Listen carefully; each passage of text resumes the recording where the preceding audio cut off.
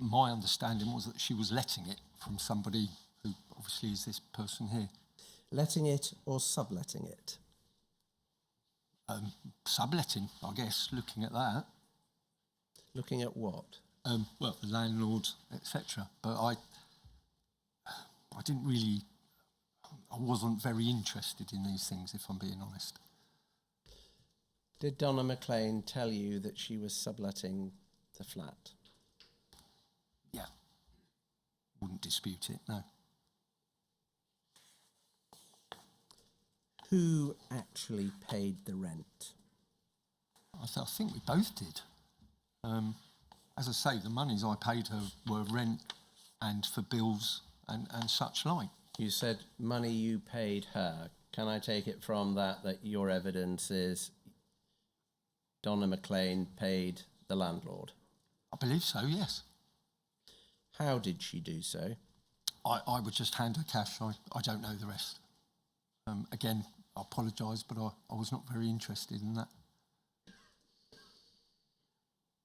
Her evidence was that you were giving her between £150 and £200 per month in cash. Is that right? I can't recall. I am pretty certain I was giving her more than that, sir. And did the amount vary according to what you pretended you were earning? I can't recall. She says it did. Well, I don't think Might so. she be right? As I say, I believe I was given that money by my back office every month, or it was put into my account by them and I would pass it on, but always in cash. Where did this booklet come from? It was either given to me by the back office, because obviously we did have administrative staff that would go out and get things.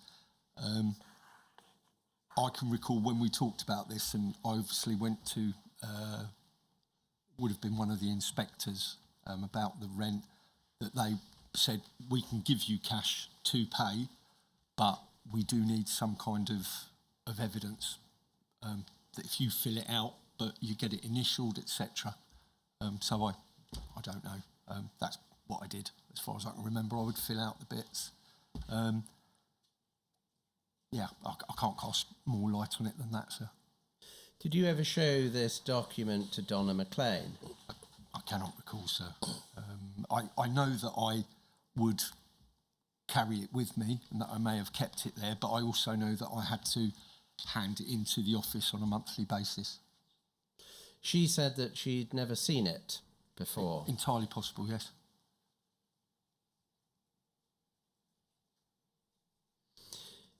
We could scroll back up to the 2 pages which have got initials and go to the first of those.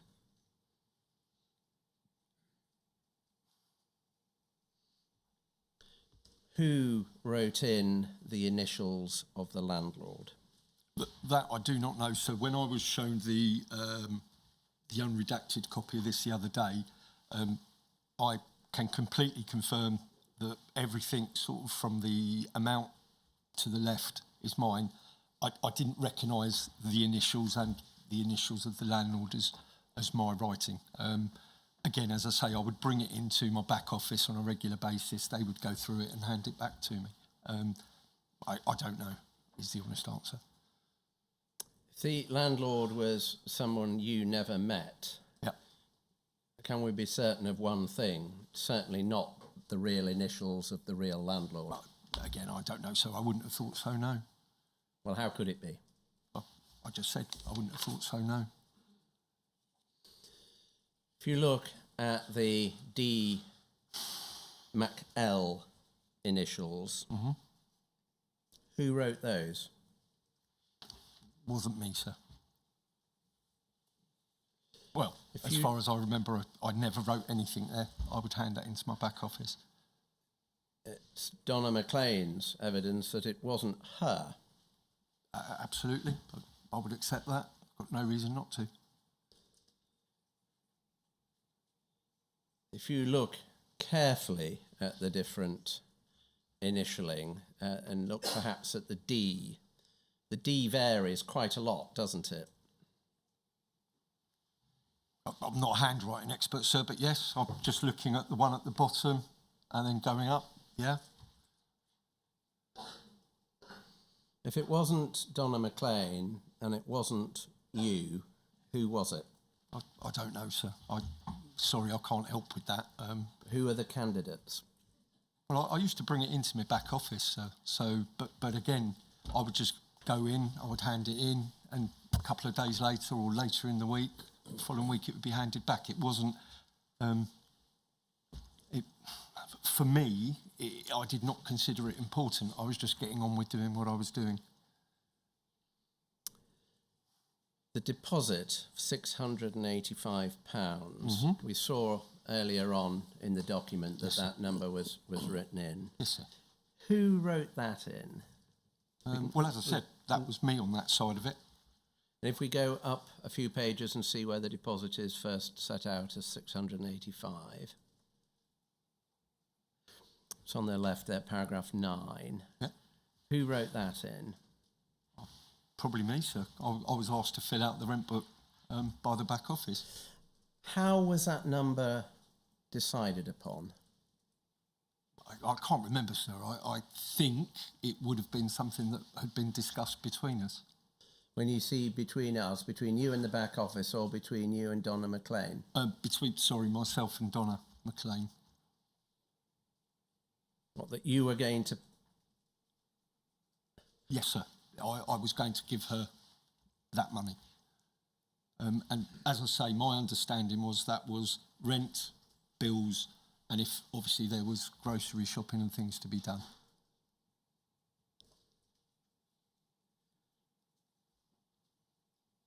Can I be clear exactly what is your recollection of the conversation you had with Donna McLean about the financial arrangement that was going to arise from your moving in with her? Certainly.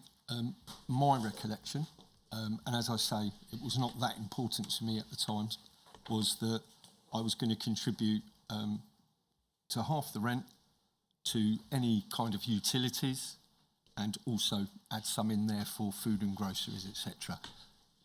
I think, I don't want to say I assume, but I think we probably arrived at that figure. But I cannot sort of categorically say that because it was not that important to me, sir. Can you recall whether you asked Donna McLean how much rent she was paying? No, sir. Her evidence is that she was paying £320 per month. Okay.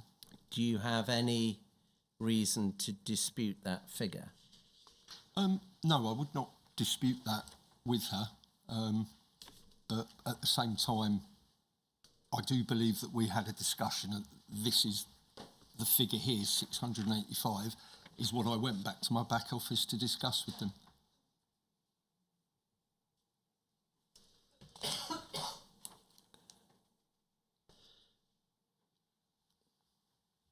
So not a figure for rent is your evidence, a composite figure of what you were going to pay Donna McLean? Yeah, it's a fair way to put it. I would say a composite figure is fair, as far as I can remember. As I say, it really was not that important to me, sir.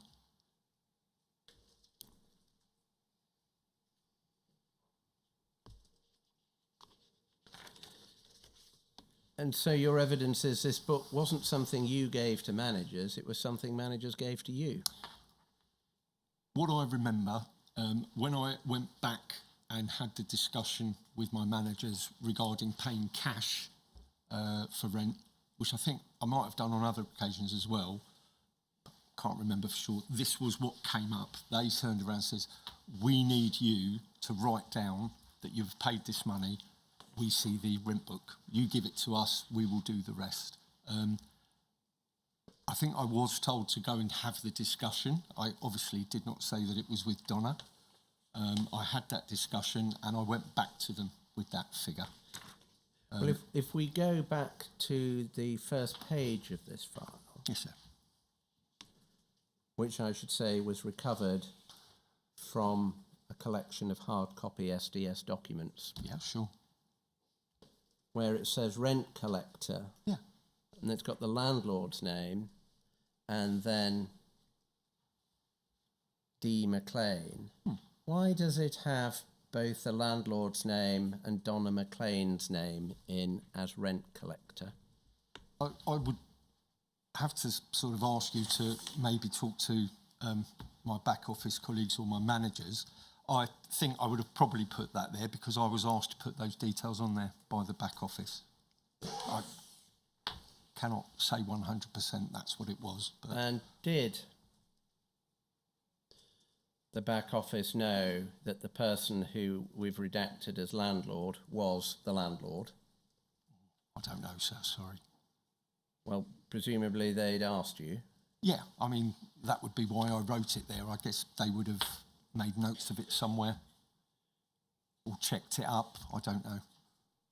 And Ms. D. McLean, as is written there, Yes. so your managers would have known that Donna McLean was connected to the property?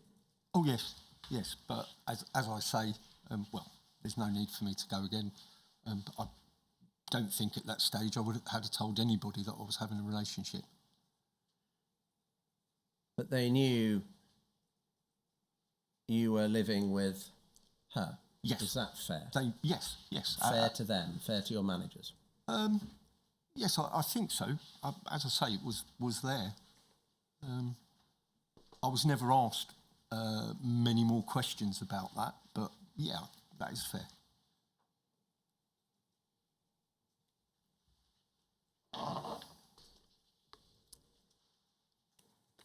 The rent level, Yes. £685. Donna McLean's evidence, the actual rent for this flat, it was a one-bedroom flat, wasn't it? Yes, it was a two large, what I call reception rooms, one of which was a bedroom, bathroom, toilet, kitchen, separate kitchen area. It's quite large as well, I think. So quite a large one-bedroom flat for £320. You'd had a property in Mare Street for £500, Yes. as we've just seen. Yes, sir. £685 is significantly above both of those figures, isn't it? Yes, it is, but it was in what I would call quite a posh part of London, in Maida Vale, just up from the tube station there. I did not get into questioning why that was the figure we arrived at, but we arrived at it. I fed that back to my back office. I'm assuming they went away and checked that because they had admin staff that looked at all of these things. Checked what? Rents in the area, prices, etc. I'm assuming, sir, they came back and went, that sounds about right, here you go. That your evidence was that £685 wasn't actually the rent, it was the rent and As far as I can remember, sir, what yes. you were going to contribute to the running of the property and the household. As far as I can remember, sir, yes. Were you trying to come up with a figure that would make it look as if this was a two-bedroom flat and not a one-bedroom flat? No, sir. Don't think so. Don't recall ever doing that. And again, I don't think I was ever asked.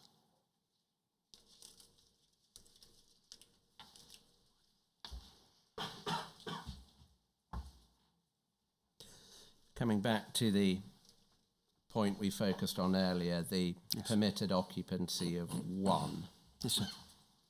Why were you completing this rent book on the basis of a permitted occupancy of one? I don't remember, sir. I would, again, maybe I was trying to cover things. Well, in terms of covering things, coming back to what's in front of us, rent collector, landlord stroke D. McLean. Yes. Were you trying to pass off Donna McLean as either the landlord or the rent collector? I don't think I was, sir. I think when I'd had discussions with my back office, they had said, who will you be paying the rent to, and is there a landlord that it's going to go to.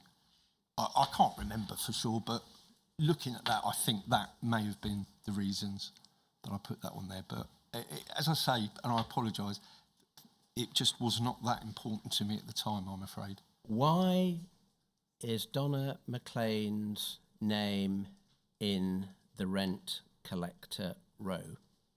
I don't know. Couldn't think where to put it. I don't know. Can we go down to the initials, please?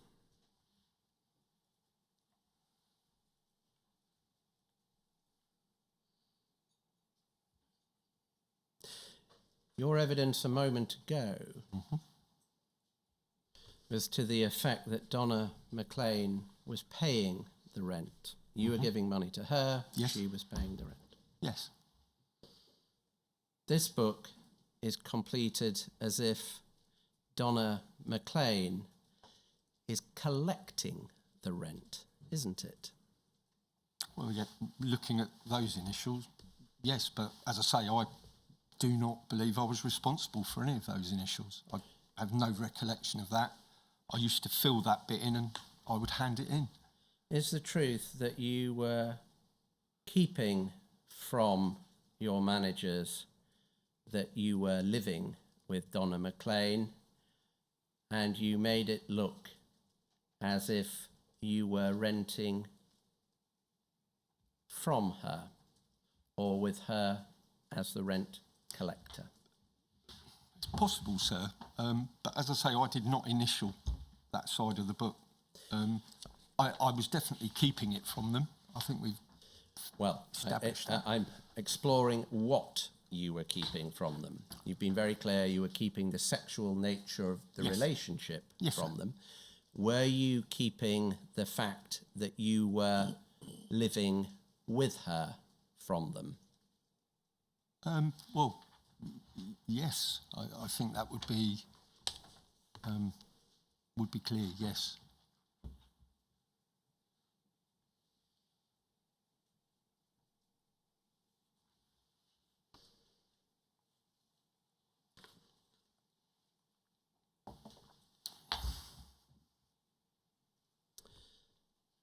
Thank you. If we could take that document down.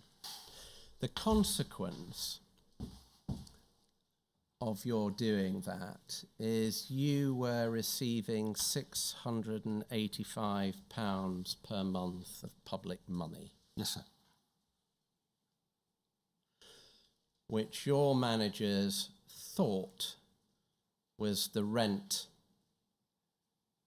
for the property at Elgin Avenue. Yes, sir. You were giving between £150 and £250 a month to Donna McLean as your financial contribution. No, sir. How much were you giving her? So I was given that cash and I would probably have given her that in its entirety, but I cannot remember, but I was certainly not giving as low a figure as the one you've just quoted. It's very important you tell the truth, Mr. Soracchi. Sir, Were you giving Donna McLean £685 month in, month out? as far as I can remember, yes. I am not lying. And I'm very sorry, sir, but I find that a little bit offensive because I am being as clear as I can. That would be a sum of money considerably in excess of the rent for the flat. I don't know, sir. As I say, I had this discussion with Donna. That's what I was told. I went back to my back office. I cannot say more than that because I do not remember. As we went through, you bought Donna McLean many generous gifts. Yes, I did. Where did the money come from to pay for those? Well, it's. I'm glad you've raised that, sir, because my back office, after incidents that weren't related to me, they would regularly check our bank accounts. Any discrepancies of money going in or out would be raised with us, and I was carpeted by my inspectors because they were unhappy with deposits that had been made into my Duff bank account. And that money was coming out of my true bank account to fund my lifestyle. And I was, once they discovered it, again, I was immediately told to stop. Let me be clear. I thought you'd told me that you were getting the money to pay for the rent in cash. From the back office. But you asked me about gifts and all the rest of it, and where was that money coming from? And that was coming from my private bank account in my real world. But in terms of your managers monitoring your accounts, that would not allow them to monitor what was happening to the £685 per month you were being given in cash. Oh no.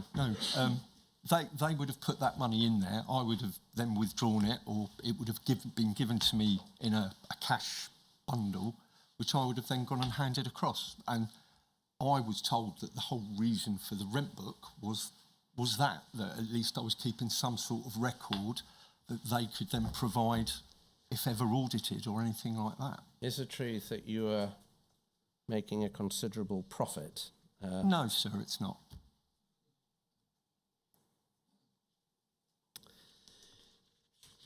Can I move now to New Year's Eve? Yes, sir. Before we do, can we go back to the document, please? Yes, of course. 527068.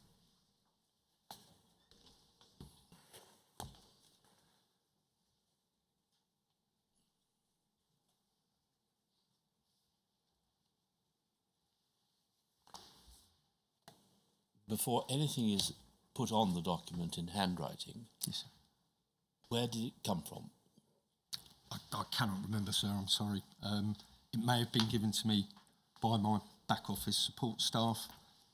I don't recall buying it, but it could have been bought by me. It was not of importance to me. I did what I was told, sir.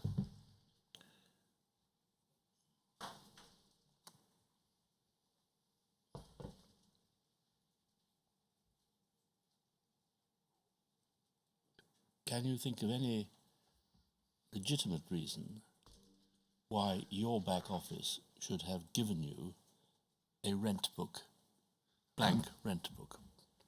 Yes, sir. As I understood it, when I had spoken to my supervisors and we had discussed the whole cash aspect, I can't remember which inspector it was, but one of them had said, we need a written record. Doesn't matter who keeps it, you need to write out and fill in, and you need to hand it back to us on a regular basis, so that if the question is ever asked, we can say, well, this is what he has been getting given and being paid out. As I say, I thought no more of it than that, sir. I just got on with it. So that, as you now remember it, either the rent book was given to you in blank by the back office, Yes, sir. or on their suggestion, you Yes, got sir. it. Absolutely. I can't see any other way that it would have been come into my possession. Right. You have filled in, as I understand it, the name of the tenant. Yes. That's your handwriting. Yes, sir. And the date of the tenancy, Yes, sir. and the identities of the rent collector. Yes, sir. All your handwriting. Yes, sir.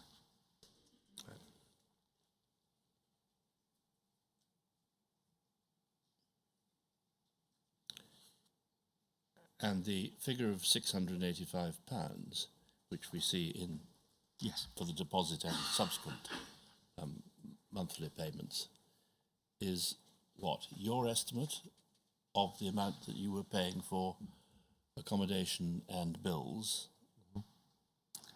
As I recall, I believe that would have come about because my back office would have said to me, well, go and work out exactly what a month is going to cost. What used to happen when we rented places, we would get the rent and then we would get extra for the utilities. And they said, if you're doing it this way, then we need to know the whole amount. And that's what I did. I don't recall what I was receiving per month in addition to that, but I think that's what I went back and that was the figure I gave them after consultation. Thank you. Thank you, sir. Yes, Mr. Bart. Thank you, sir. New Year's Eve, 31st of December, Yes, sir. 2002. You and Donna McLean threw a party Yes. at Donna's flat. Yes, sir. And did the idea to throw a party come from you? I can't remember, sir.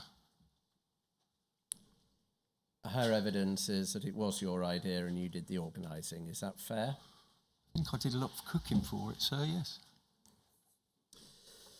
And it was a successful party. From what I can remember, yeah. Well, in connection with that answer, can I take it that quite a lot of alcohol was consumed? Yes, sir. Is it right, as we were told by Donna McLean, that you proposed marriage to her at this party? I do not recall that, sir. I've read this numerous times. I think back to that time. As I say, I had professed my love for her, but I do not recall saying that at that party. Her recollection is that you went down on one knee just before midnight to propose. I don't remember that, sir, but again, I don't really know how to answer it other than to say I do not recall that. If you had proposed marriage to Donna McLean, do you think that is something you would have remembered? Yes. Well, yes, I do. Notwithstanding whatever alcohol you had consumed on that occasion. Yes. Discussions of the night, I do.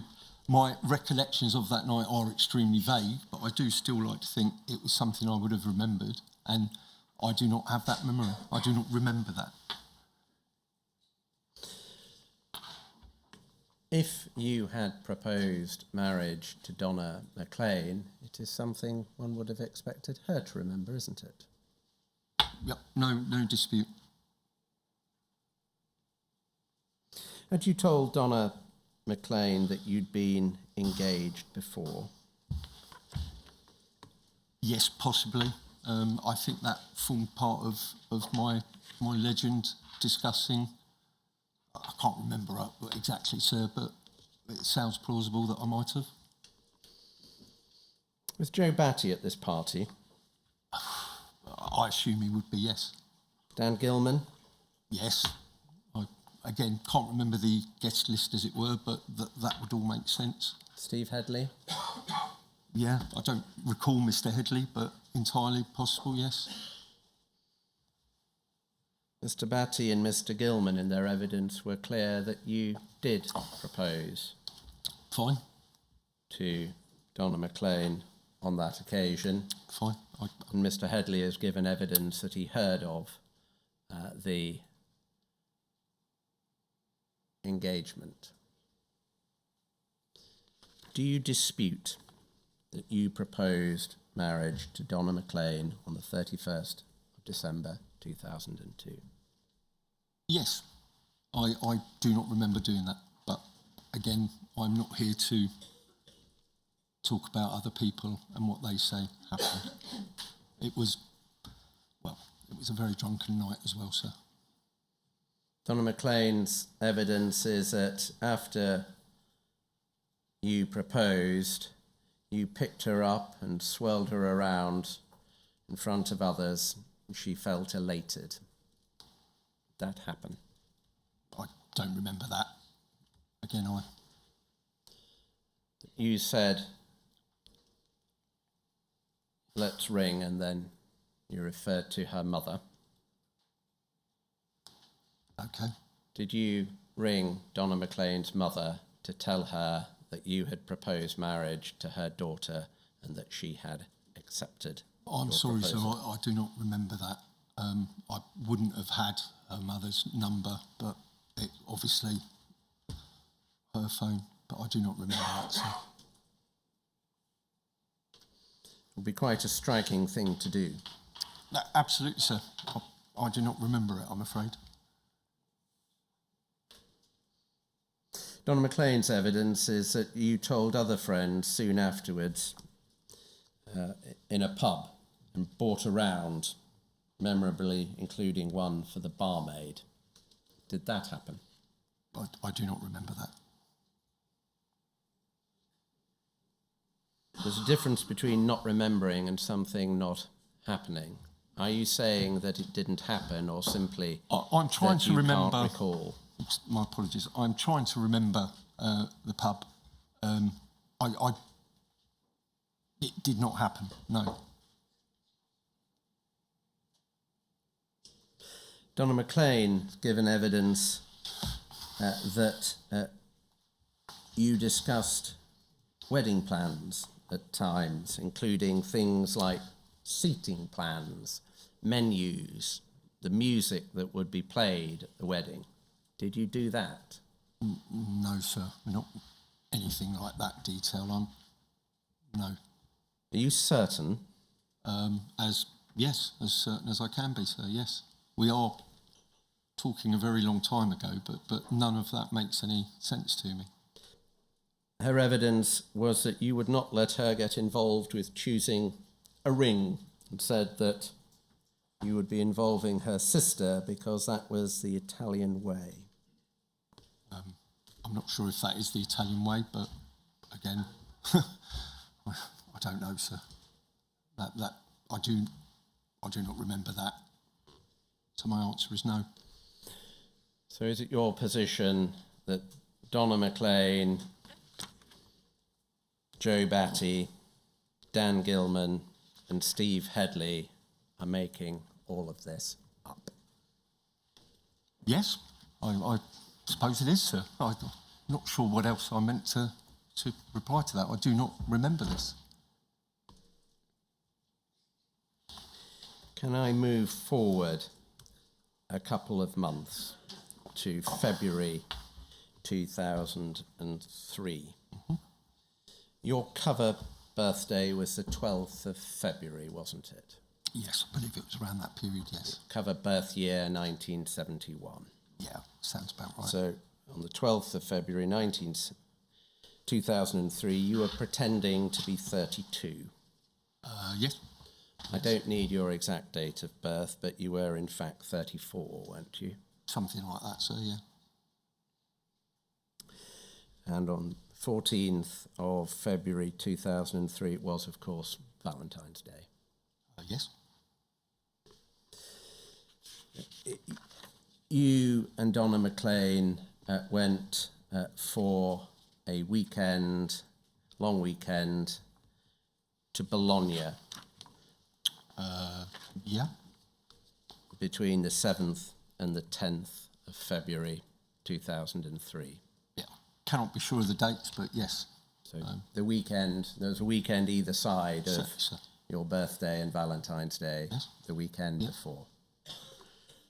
And you went with her to Bologna to celebrate both your cover birthday and Valentine's Day. Yes. How did you get there? I think we flew. With whom? I assume with Donna. Anybody else? Not that I can recall, sir, no. Is it right that Detective Sergeant Beales flew out as your cover officer? Yes. I would have definitely had a cover officer, so... On a different flight or the same flight? I don't know, sir. I can't remember. Usually they would be on a different flight, but I cannot recall. Can you recall at which airport you flew into? It would have been Bologna or an airport near Bologna, but I'm afraid I can't say more than that. And when you were there with Donna McLean, you showed her Bologna. Yes. You took her to a football match? Yes, I can't remember, but I think they might have been part of a gift for me, sir. And you went to the scene of the bombing of Bologna station by fascists? Yes, sir. Amongst other things, yes. You stayed in a very swish hotel? I can't remember, but yes, there are lots of boutique hotels in Bologna. A 5-star hotel is Donna McLean's recollection. Okay, I don't know. Had room service breakfasts? Yep. Again, if that's what is being said, I cannot say a definitive yes, but it sounds like a sort of birthday weekend, Valentine's weekend, yes. Donna McLean's evidence is that she paid for the hotel. Is that right? She may have done so, but I don't recall. How important an event was this to you?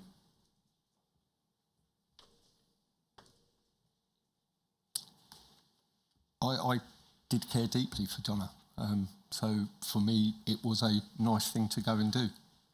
So I would say yes, it was an important event. How memorable? At the time, it would have been very memorable. Obviously, a few years have passed.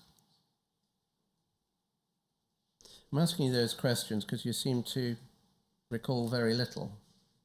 Yeah, I'm afraid I do, sir. It's one of those things. Part of my issues in the years since is it's hard to place exact times and things, but of course I enjoyed that. Is it right that you ate at a very nice restaurant called the Diana Restaurant? Yes.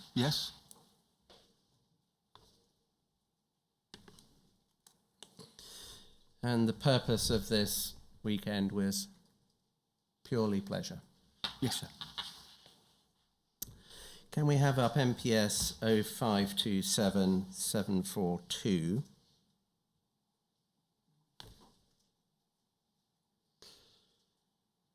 This is the travel application. Mm-hmm. It has DS Beals as traveller number 1, you as traveller number 2, both flying economy on the 7th, coming back on the 10th. It is signed by Michael Dell, countersigned by Roger Pierce, with a certification as we looked at when we were considering your earlier trip. Yes, sir. To Venice. If we go to page 11,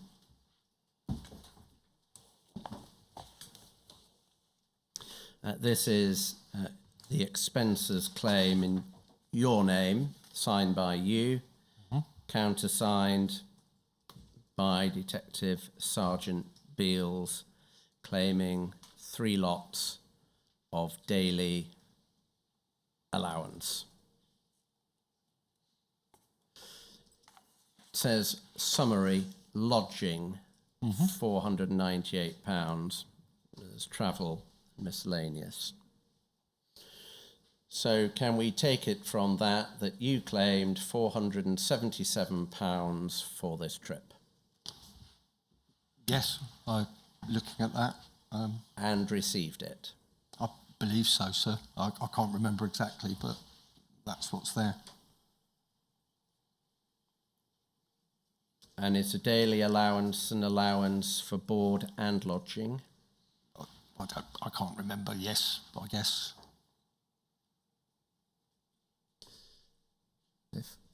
Donna McLean's evidence is correct. In fact, the hotel was paid for by her. Again, as I said, entirely possible. I can't say 100%, I'm afraid. If we can go back to page 2.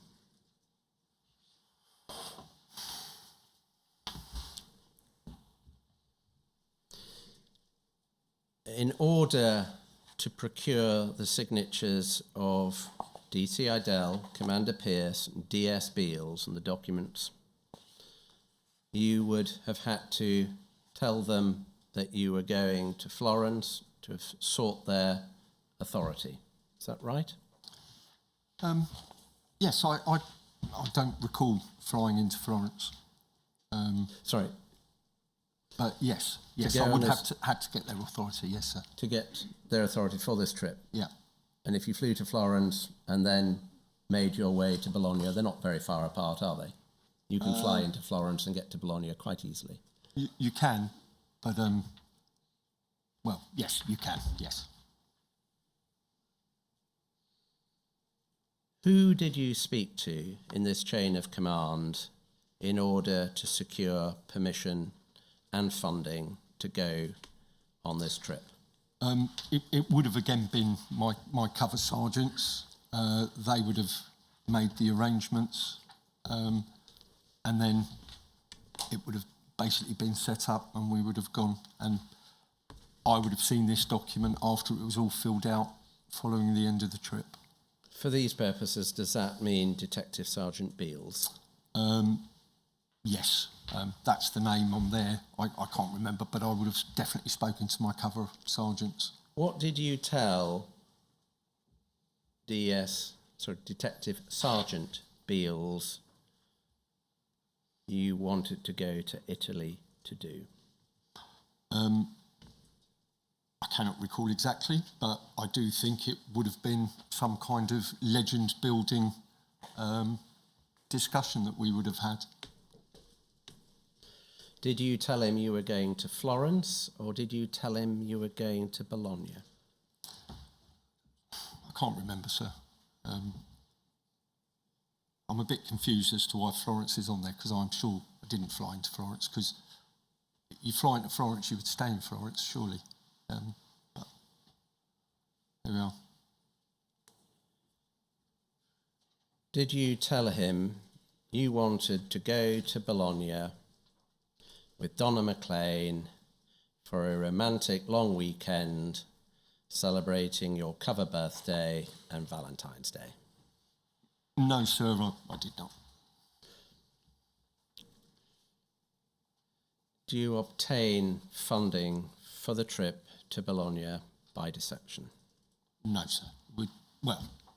Yes, I would have said to my cover sergeants that I wanted to go out there to do legend building. So that isn't the... Can we be clear? Mm-hmm. Is it your evidence that you could say to DS Beals, I want to go to Italy this weekend for legend building purposes? Absolutely, yes. You say no more than that, and Bob's your uncle. He signs it off, Dell signs it off, and Pierce signs it off? Or is it your evidence that questions would be asked about why you wanted to go and who you were going to go with and how it was going to benefit your deployment? I would have couched that in I need to go out for legend building purposes. I've done a number of trips to Italy, so I do not believe it was an issue at this point. You would have had to have deceived them as to the real purpose of this trip, wouldn't you? Well, yes, but to me that was quite handy legend building as well, because I was still going out there. It was with someone who was involved in the undercover world that I was involved in. So for me, I justified it like that in my head, that it was still legend building. Can we go to page 11, please?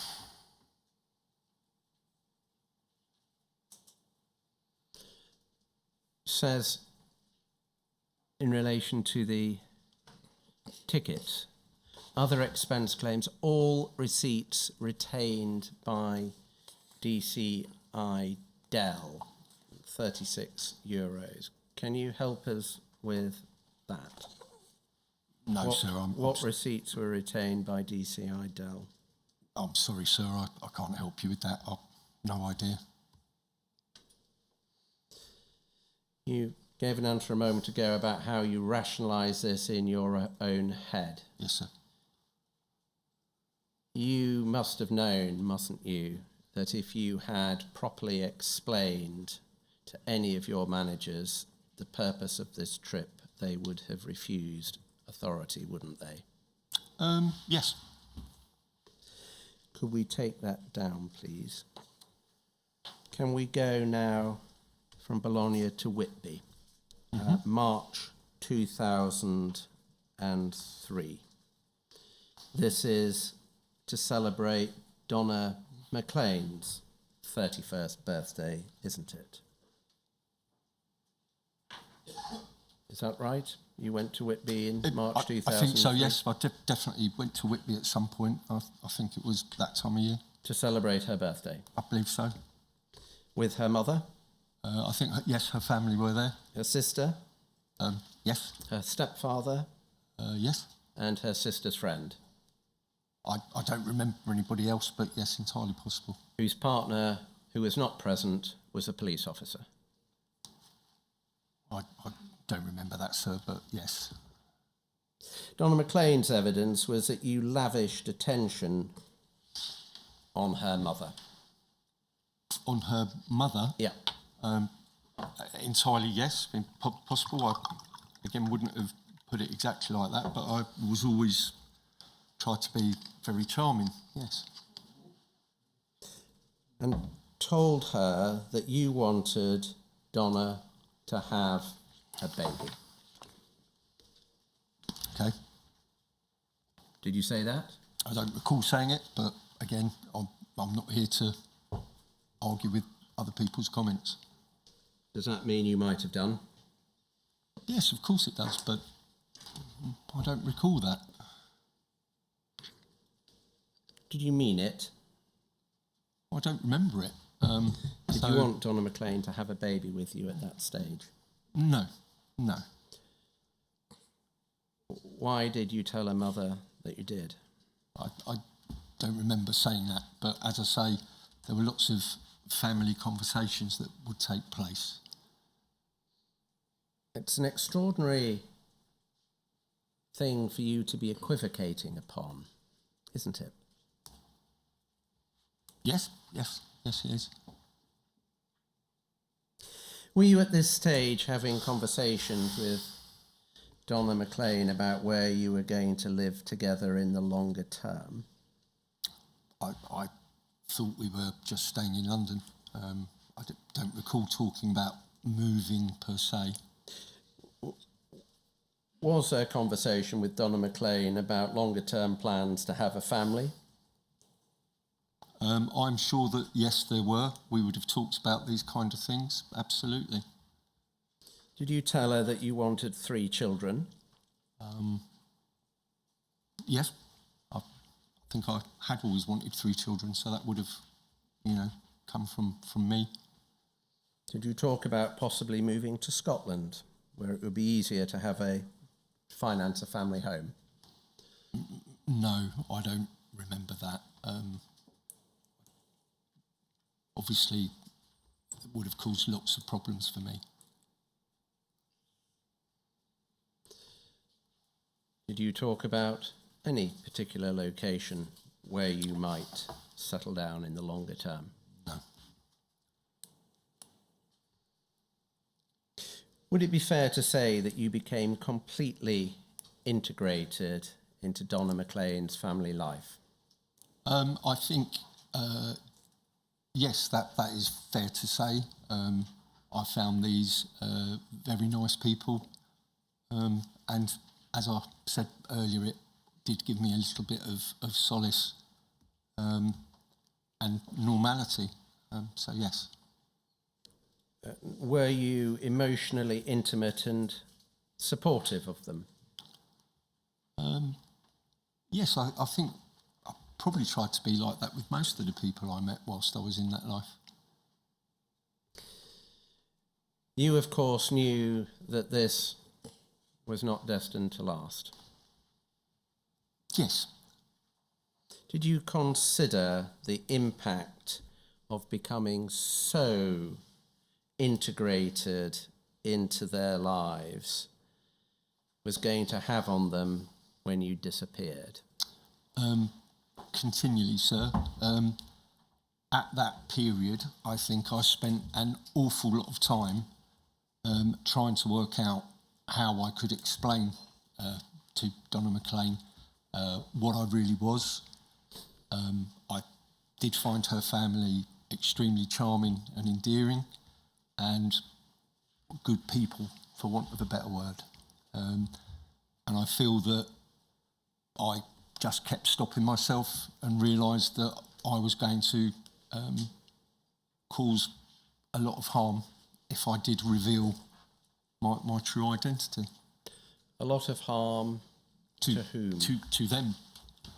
Upset. You Worse so than just not disappearing, but finishing the relationship. So putting the question another way, why didn't you tell Donna McLean who and what you really were? As I've said, at the time when we first met, it was a great, provided a great solace, for want of a better word, for me. As time went past, I just kept convincing myself that I had to keep going, had to keep doing my job, and that situation would eventually resolve itself. What do you mean by eventually resolve it? I was going to say either by my revealing what I really was, or by breaking off our relationship. That doesn't really answer my question as to why you never disclosed your real identity and occupation to Donna McLean. Because I was working as an undercover police officer, and we were told you do not disclose. I mean, there are a lot of reasons why one wouldn't do it. Yes. That is one of them. Another would be because you knew that Donna McLean would want nothing to do with an undercover police officer. Entirely possible, sir, yes. Possible? Yeah. She wouldn't, would she? Well, we never really had that conversation because I'd never really told her... Well, I'd never told her what I did. Because you knew she would have been appalled? Well, because I was also told you do not disclose, but yes, indeed. As we will be coming to, you did disclose to someone later, further down the I line, did. but not to Donna. No. And I'm exploring why not. I can only say what I've just said, sir. I was not to disclose. I was a serving undercover police officer. I knew that she had close associations with people that were part of my target group. More expansive than that, I can't really think. As I say, I gave it a lot of consideration in the time we were together. When did you rule it out? Sorry? When did you rule it out? I can't remember. I think it would have been, I don't know, midway through the relationship or later on. I don't know. So coming back to my questions about getting yourself so inveigled into her and her family's life, you must have known that it was going to end in tears. Yes, sir. Yes. That was the most likely scenario, yes. And you continued knowing that it was going to do emotional harm I'm afraid I did, to yes. Donna McLean and Yes. her family. Yes, I'm afraid I did. Cornwall. Is it right you went on a long weekend to Cornwall in 2003, approximately 6 months into the relationship? Yes, sir. There was a group of us that went down. You went with not only Donna McLean, but also Dan Gilman and Dan Gilman's partner, is that right? Yes, I think there may have been another couple there as well, but... You went to Rick Stein's restaurant for dinner? It was, yes. It was one of his numerous establishments there, yes. Was that the only time you went to Cornwall, or was there another trip to Cornwall with Donna?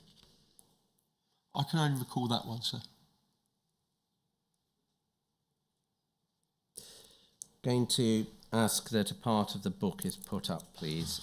39714, page 29, please.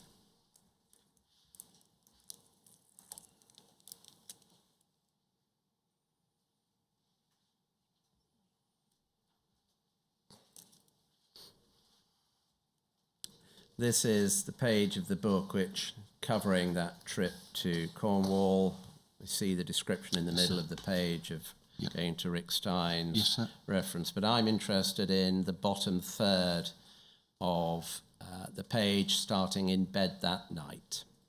Thank you. Bed that night, you recited the words to the song and you held me too tight and you cried. We won't last more than 2 years. Nothing ever lasts more than 2 years. I got angry with you. Don't mess me around, Carlo. I've been through enough. You know that. I'm scared it won't work. It's always complicated. You can leave right now if that's what you think. I'm not in this for a fling. I extracted myself from the covers, angrily pulling a Che Guevara t-shirt down over my head. I felt shamefully exposed. No, I'm not going anywhere. I'll always love you, darling. No matter what happens, I'll always love you. Did the events described there happen? Absolutely. I cannot say those were the exact words, but I'm sure we would have had rows and discussions like this on a fairly regular basis. So, yes. Abundantly Clear to you that Donna McLean was very serious about your relationship. Yes, indeed. Positively wanted it to stop if you were not serious. Yes, indeed. And yet you continued.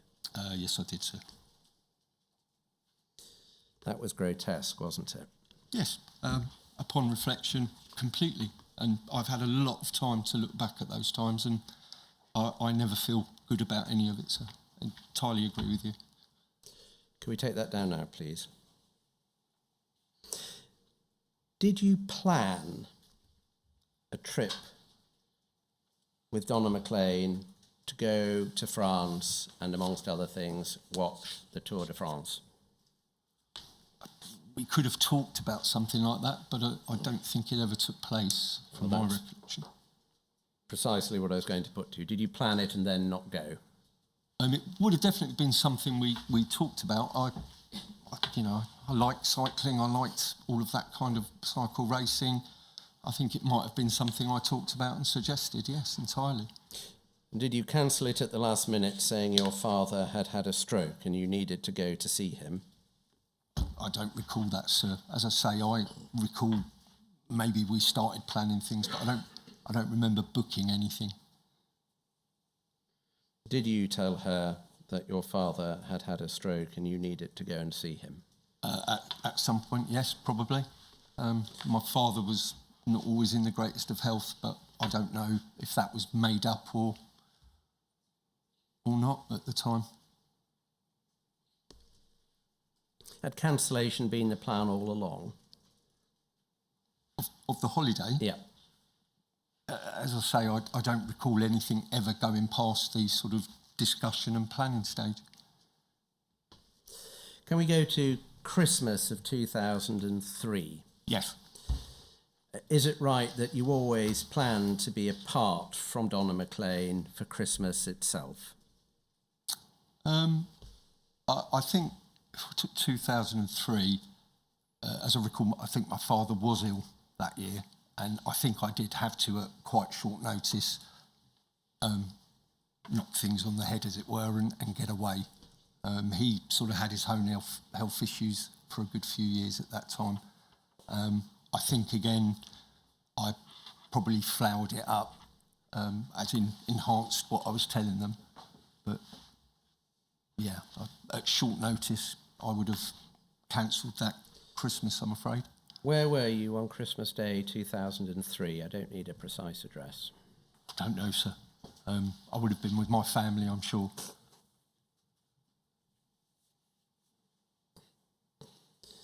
And you'd made your excuses with Donna McLean so that Yes. you could be with your family for Christmas. Well, and my father, who had not been well, yes.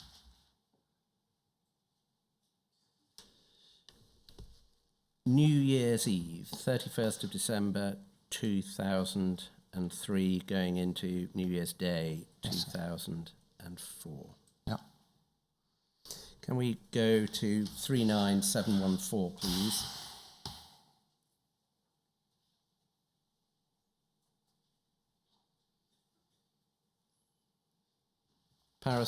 Page 71, please. At the bottom of the page. This is where Don McLean is reciting a conversation she had with the journalist Rob Evans. Yes. Last paragraph. Anyway, back to my story. Don't write that last bit down. I'll be having words with that lot myself. I compose myself, breathing deeply, trying to drop my irritation. 3 years.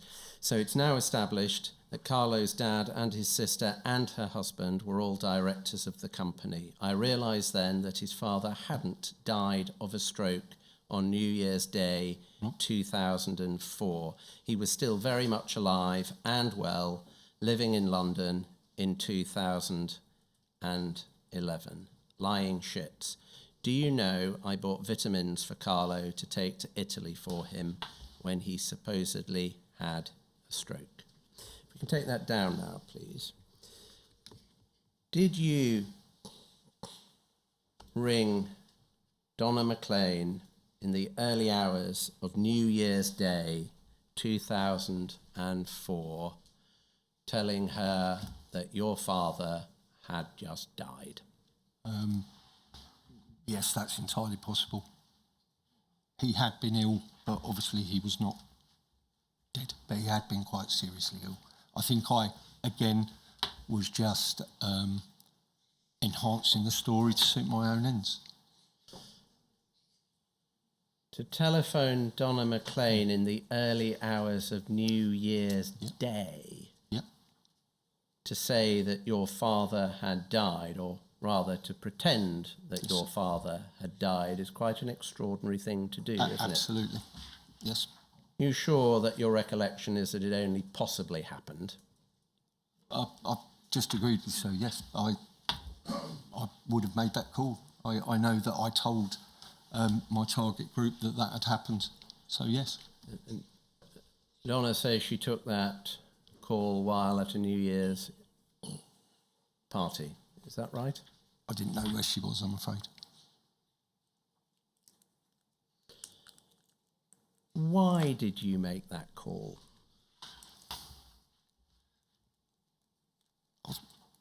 I think I was just trying to enhance my legend, what was going on in the chaotic world of Carlo Neri, building excuses for coming out of the relationship, and things like that. It's all I can think of. You were still in the relationship at this stage? Yes, sir.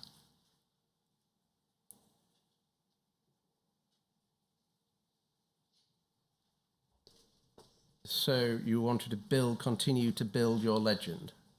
It was also part of my strategy to remove myself from the relationship, I think. I can't think of any other reason why I would have said that.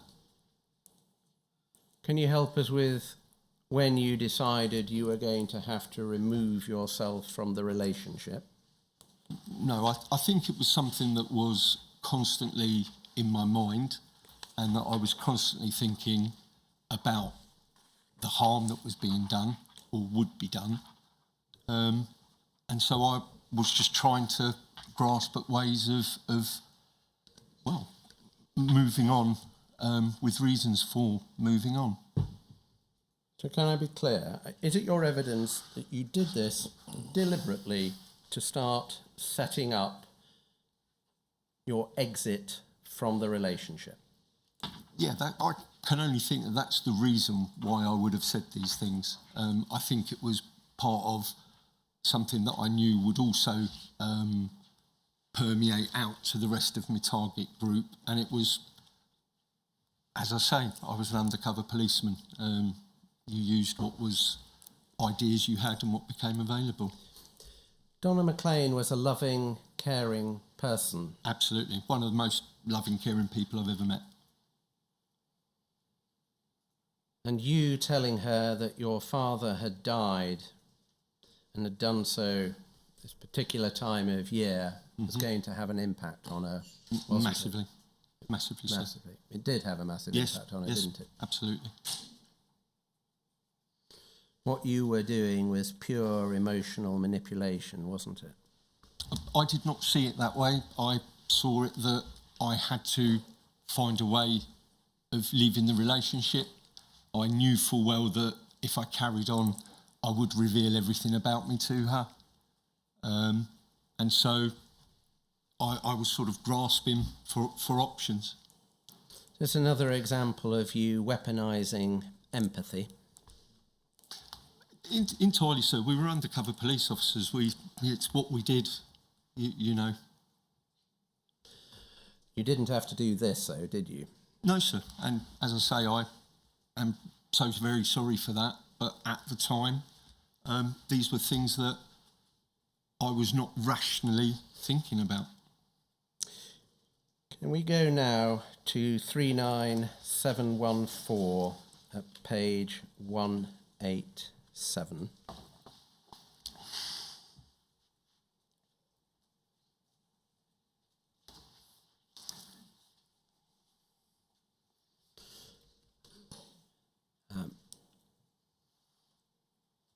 If we look at the second half of the page, we're moving now into early 2004. Was there a time when you disappeared for a period? I think so, because, as I say, my father had been ill. Did you present to Donna McLean as a man who had lost weight and was broken by the loss of your father? If that's what Donna McLean says, absolutely, but I didn't try and present like that, no. Well, if you were trying to use this fictional event to extricate yourself from the relationship, what were you pretending if you weren't pretending to be broken by the event so you can use it as a pretext to leave? It didn't figure in my brain. My father had been unwell. I had spent a lot of time trying to sort things out. I was obviously also having all the issues with my relationship with my then wife. I don't really think further than that on the subject. I did not go there with an intention to show that I was, I don't know, mourning and all that. Well, no, mourning is what I was showing, that I was mourning, but I didn't consciously feel like I'd lost weight or I'd tried to lose weight. That's why I'm saying that. How were you going to get out of the relationship? As I say, I hadn't formulated a plan yet. I was just sort of looking at things and sort of flailing around. Well, let's look at some of this flailing around. Sure. Because this part of the book deals with what Donna McLean says you said to her about the aftermath of your father's supposed funeral. It happened after the funeral, he said. His sister disclosed that she had been sexually abused by their father from age 11. She'd held this secret for 28 years. I need time, Donna. I need time to sort myself out. He couldn't look me in the eye. I'm going to stay with Steve for a couple of weeks just to clear my head. I realised that now I couldn't smell him. It was gone. The familiarity of his scent had disappeared. I knew then that I was losing him. A clammy wave of shame washed over me, nausea rising and then settling in my gut like turned milk. Did a conversation of the kind relayed there take place? Yes, sir. Where I take issue is I know I said physically abused. I wouldn't have got into sexually abused. Can we go to page 194?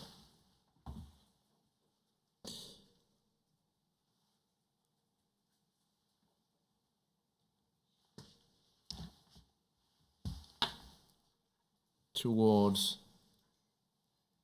the bottom. This is where Donna McLean is reciting her Achieving Best Evidence interview with two female detectives from the Metropolitan Police. You can skim most of it, but I'm interested in the bottom half of that paragraph. Yes, he had come home from Italy towards the end a broken man. He'd told me a terrible truth. He'd found out at the heart of his family.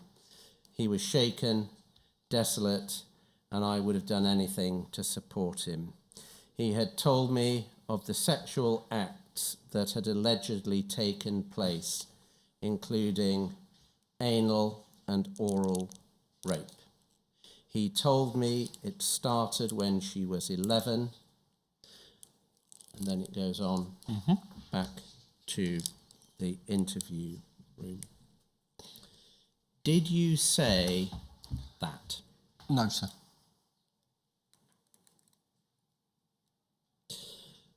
I'm going to come back to that issue, Yes. but for the moment, on the basis of your recollection, that you mentioned physical but not sexual abuse. Yes, sir. Even that is very distressing for Donna McLean to hear, isn't it? Yes, absolutely. But And you said you were flailing around yes, at that stage. What on earth were you thinking telling Donna McLean about physical abuse? I have no answer for that. It was just something that I came out with. What purpose was that going to serve for you? I think, as I say, I was looking for ways out, and that was one of the things that came into my mind. Using it to garner more empathy from Donna McLean? Certainly. Is it right that you asked her to tell nobody? I cannot remember that. Did you tell Joe Batty about the abuse? Again, I cannot remember, but entirely possible. We used to talk about a lot of things, myself and Joe. It's a reality that you'd asked Donna McLean to keep it secret whilst telling Joe Batty. I don't remember, sir. I don't think so. Did that leave Donna McLean in a position where she felt she had to bear the emotional weight of what you were telling her?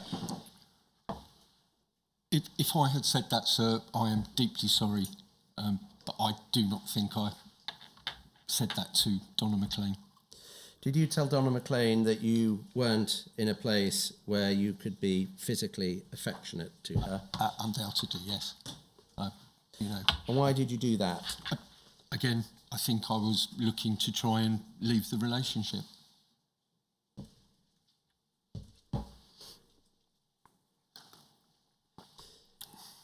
Did you go on to further that plan to leave the relationship by feigning a breakdown, disappearing for periods of time, and telling her that you felt suicidal? I would take issue with the word feigning. I think I did have breakdowns at that time. I was losing my marriage through my own fault.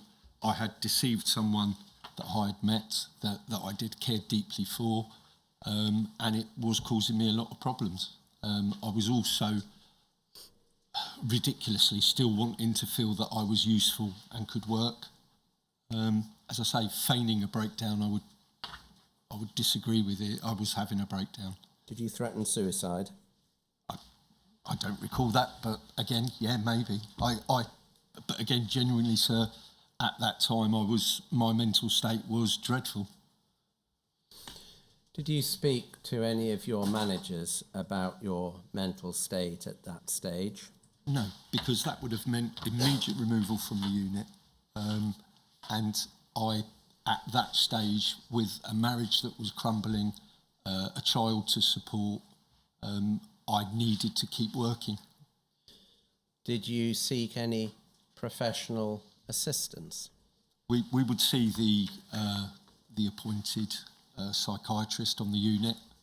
I think we spoke about these things. On top of that, I may have gone to my doctor to get some kind of sedatives. I think some were given to me. Did you see Dr. Palmer?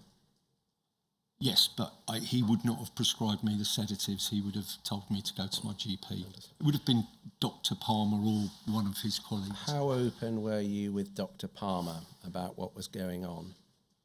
I think I would have probably just spoken about the collapse of my marriage. So you wouldn't have told him you were deceiving a woman sir. undercover? No, sir. Is it right that you left the flat in about May 2004?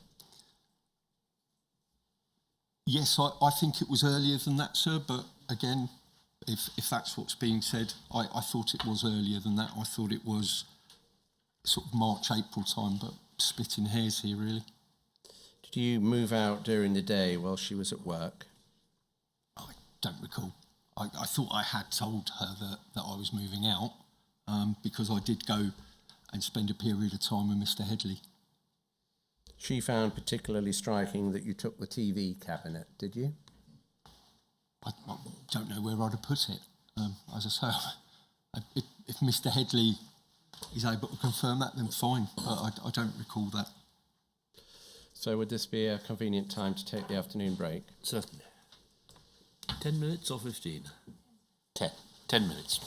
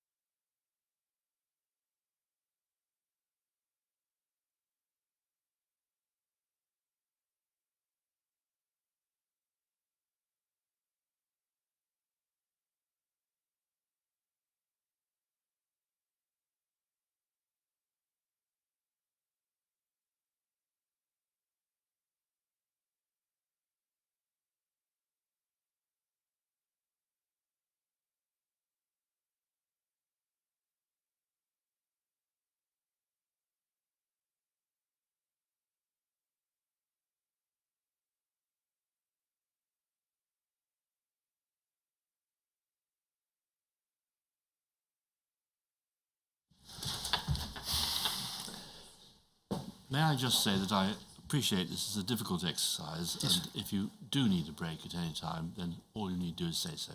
Thank you very much, sir. Could we have up, please, MPS 0011603? Mr. Soracchi, we're going to go back to the authorisation for the trip to Bologna. Okay, sir. The paperwork filled out as Florence. Yes, sir. This is a document dated the 31st of January 2003. It's from DCI Dell to Commander Pierce. It's the formal seeking of authority for a trip on the between the 7th and 10th of February. Yes, sir. If we could have the first paragraph of text expanded, please. Craggy Island continues to meet MPSB and MPOIU intelligence requirements where the extreme left-wing groups, the Socialist Party, and no platform.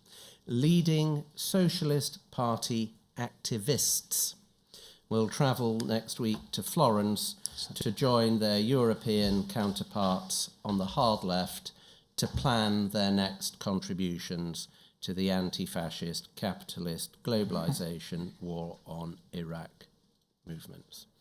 I'll just stop there. So, Does that set out the basis that you had advanced to your managers for going on that trip? no, sir. As I have said, I explained it to my supervisors as I needed to go and do legend building. I don't recognise this, sir, no. Well, if you were saying legend building and they have written that it was a trip for Yes. leading Socialist Party activists to join European counterparts, are you saying that your managers have made this up? Yeah, I did not. I do not say this. As I recall it, I talked about going out to continue maintaining my legend at that time. Did you say you were going with Socialist Party activists? I can't remember, sir. Is it likely that you did? I can't remember, sir. That's what's been written there, but I do not recall anything like this. I went and discussed it with my cover sergeants, and Did you say you were going to join their European counterparts? that was something that I was sort of responsible for the Socialist Party. And That's not my question. Did you tell your managers No. to...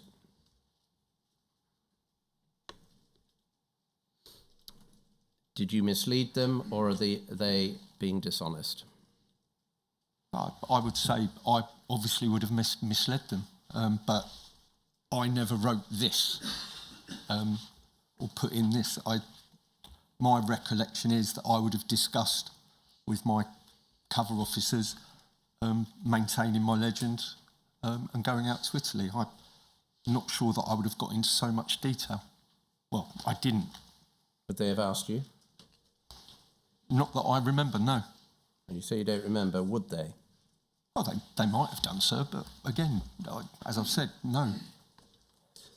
Can we take that down now, please?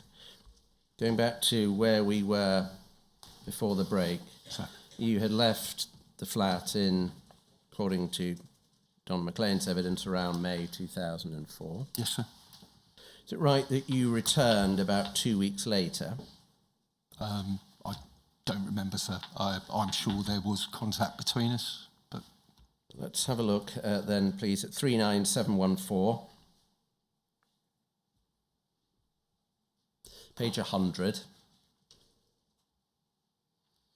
And from about the middle of the page, from the "and he did come back." okay. And he did come back 2 weeks after moving out. He called me and asked to meet up that evening. He picked me up from the flat at precisely 7:30. I could see out the bay window that he had a new estate car, a blue one this time. He came to the door and rang the bell, which was strange. "Don't you still have a key?" I didn't feel right just letting myself in. You look a bit better, I said. The scruffy hair had been trimmed and he'd shaved the huge mountain beard back to a neat goatee. He looked almost normal again. You look lovely, he whispered before we left the house, engulfing me with all the desire that used to be there. He was coming back to me. I knew it. He turned back towards the car and I followed after him, dazed. Before we pulled away, he put the radio on and we sat in silence for the journey. We had dinner in the fancy restaurant in Smithfield Market, where everything is meat, nose to tail, they call it. Cost a small fortune, but he had booked it and insisted he was paying. During dinner, he stroked my hand and called me darling, and behaved like a man about to propose marriage for the second. If we could go over the page, please.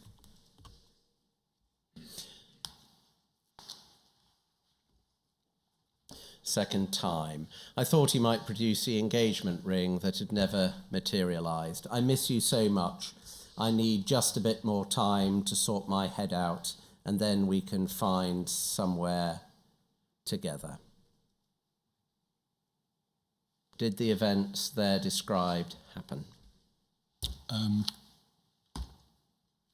Not as it is written there as far as I recall. But again, you are reading to me from a book, and I'm not going to take issue, but I do not recall that. What is your recollection of... I don't have one, sir, I'm sorry. I do not remember at that time.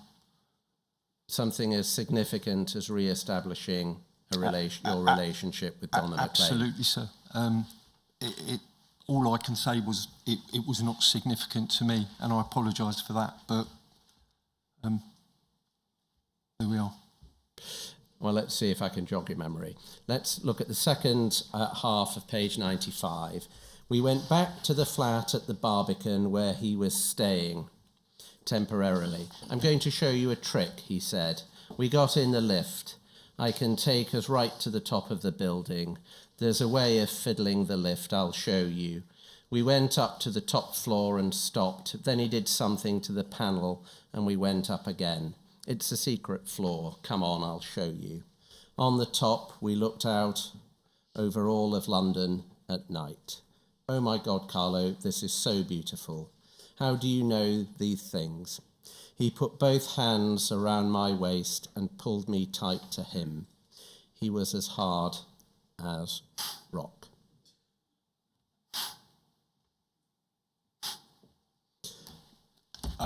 Does that jog your memory? No, sir, it does not. Did you have sex with Donna McLean on top of the Barbican? No. No, but it does sound marvellous.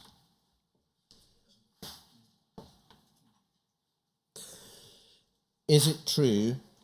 Can we take that down now, please? Is it true that you resumed the relationship such that you then continued to meet up perhaps 2 or 3 times a week? No, sir. Did you meet up at all? Absolutely, I'm sure we did, but... How frequently? I could not say, sir, but it was not 2 or 3 times a week, sir. There would have been occasional things because, as I say, I did care for her deeply and I was trying to make sure I didn't cause too much damage. For obvious, that never happened really, did it? Donna McLean says that you did continue to meet up and went out for things like meals and trips to the cinema. Is she right about that? We may well have done, yes. That you had sex every time you met up? No, I don't remember that, but I know that we would have definitely met up because, as I've just said... Were you continuing a sexual relationship with her? No. Are you sure about that? As sure as I can be, yes. Still talking about the future? No, not that I recall, no. Still telling her that you loved her? No. Still buying her presents? No. But with some distance between you? There was definitely distance there, sir, yes. Continuing to talk about your sister in some detail? I do not remember that, sir, but again, as I said previously, we would have talked when we met each other. Telling Donna McLean that your cousin had known about the abuse of your sister? I do not remember that, and as I've said, sir, I talked about physical abuse. What the atmosphere was like in your family home between your mother and your father? We may have talked about it at that time. I'm sure we talked about it when I was living with her. I've put to you a whole list of things that Donna McLean says did happen after your relationship was resumed. They will be quite striking things to be positively wrong about. Are you accusing her of lying? No, sir. I'm just saying that this is not what I remember from that time. I'm going to return to the question of consent. I'm going to read a passage from her book. Yes, sir. My body was used against my will. I did not consent to being a sexual experiment. I did not consent to being a mistress. I did not consent to being fucked all over the world by a man who did not exist. Okay. She's confirmed in her oral evidence that she feels those things more strongly than ever. Okay, sir. She didn't consent, did she? Not knowing that I was a police officer, no. She did not. Donna McLean's recollection is that you did not use condoms and that contraception was always by way of her taking the pill. Is that right? No.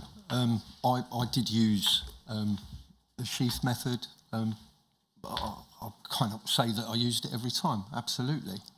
But again, we're talking about things that I have to think back really hard to it all, so fair play. I'm not going to argue with Donna McLean. If we go back to 39714, this is the book again. Once it's up, page 189, please. This is an account of the last time Donna McLean recalls seeing you. The last time I ever saw Carlo was late on a Thursday night outside Regent Street Cinema. We went to a long Italian film about the breakdown of a marriage told backwards. When we left the cinema, he walked ahead and flagged down a taxi. Camberwell, please, mate. He held the door open for me, the distance between us widening to a chasm. If we could go over the page, please.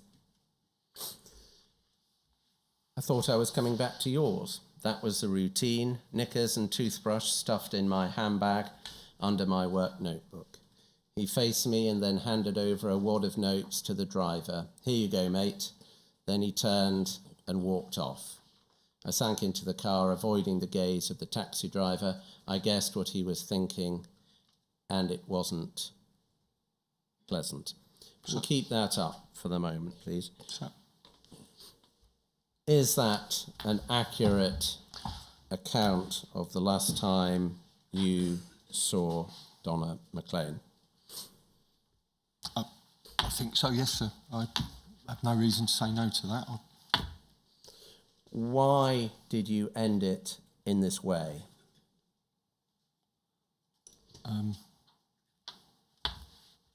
I just feel I needed to move on. I needed to make sure that I removed myself from the situation I'd got myself into.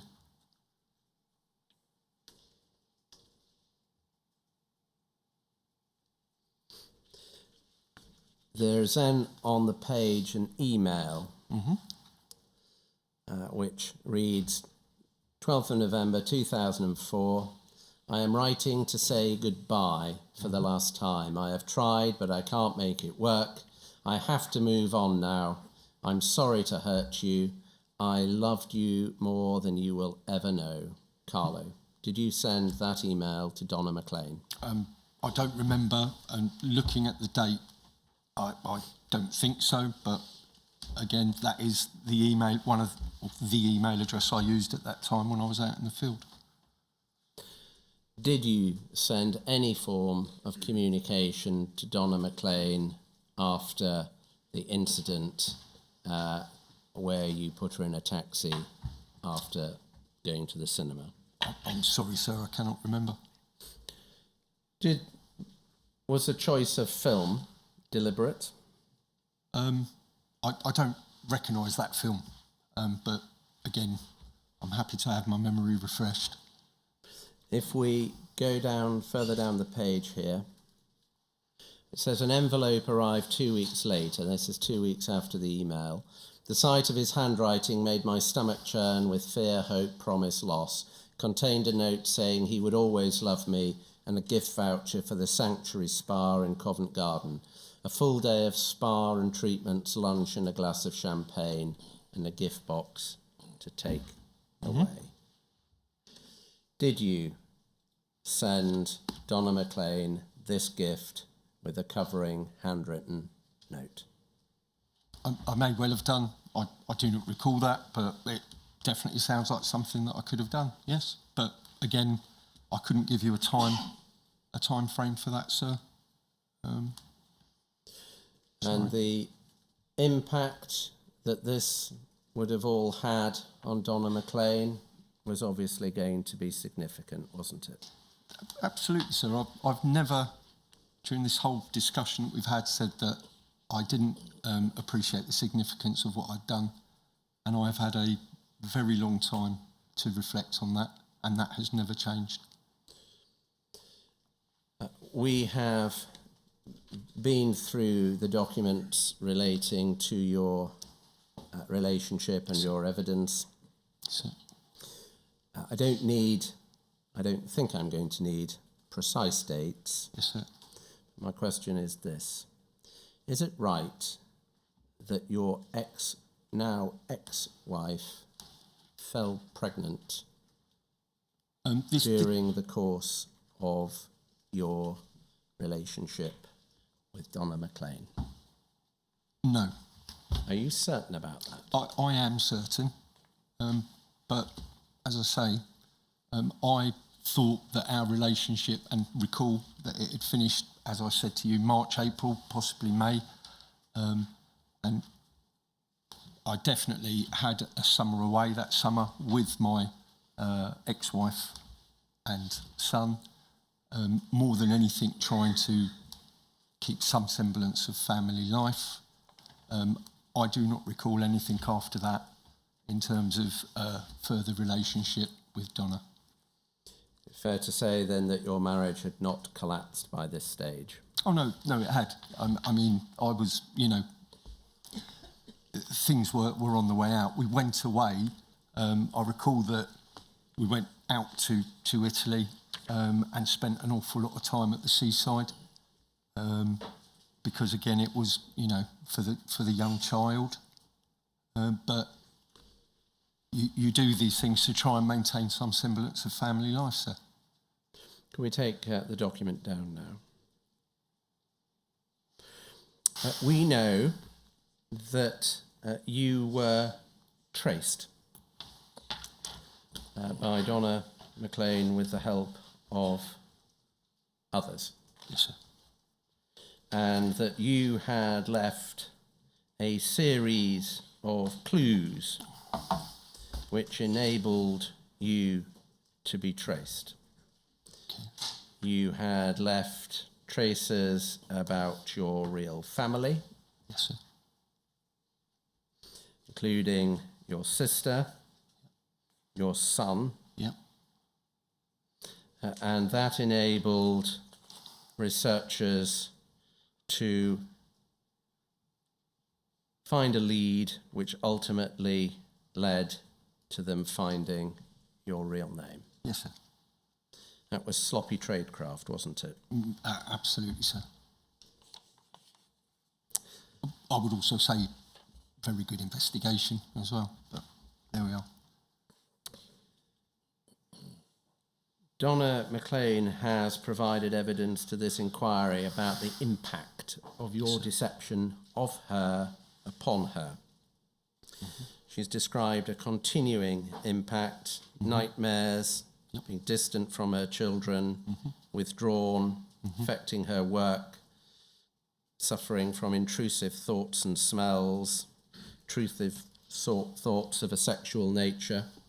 She considers that the way that you have treated her was cruel, unnecessary, inhumane, malicious, and has led to a deep, ongoing impact.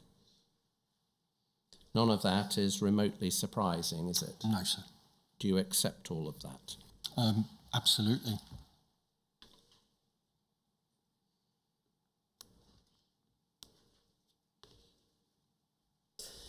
Can I move now to the question of your current partner?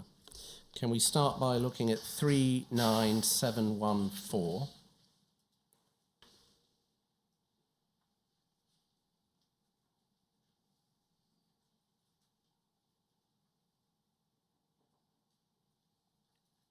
Page 98, please.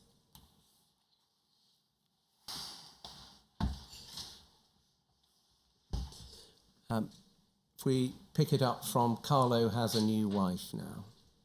Carlo has a new wife now, a person who is pseudonymed as Peter Salmon, has informed me. This appears to be an authentic relationship. It says in the spreadsheet he is keeping on Carlo, which I have access to. Genuine relationship. I met her once at a birthday party early on in our relationship. She didn't look much like me. Small, mid-length brown hair, hardly any makeup, the natural look. Younger than me by a few years. I recognised her instantly. Call it a sixth sense. When I went to his flat in Hackney, that first weekend we met, there was a postcard from her on the fridge from Australia. A message, funny, cautious, warm. I picked it up and read it a few times. Then I felt his breath on my shoulder. He said he'd briefly dated her before he met me. He told me he would finish it with her, that it was only a casual thing. He took the card from me gently, laid it on the side, and moved me to the sofa. I never saw the postcard again. And then it goes on to provide a few more details, which I will let you just read to yourself. Yes, sir.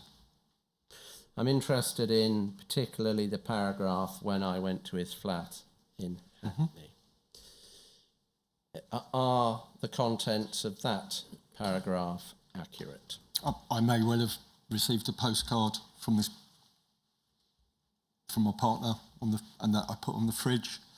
She was not my partner at that time. We had met.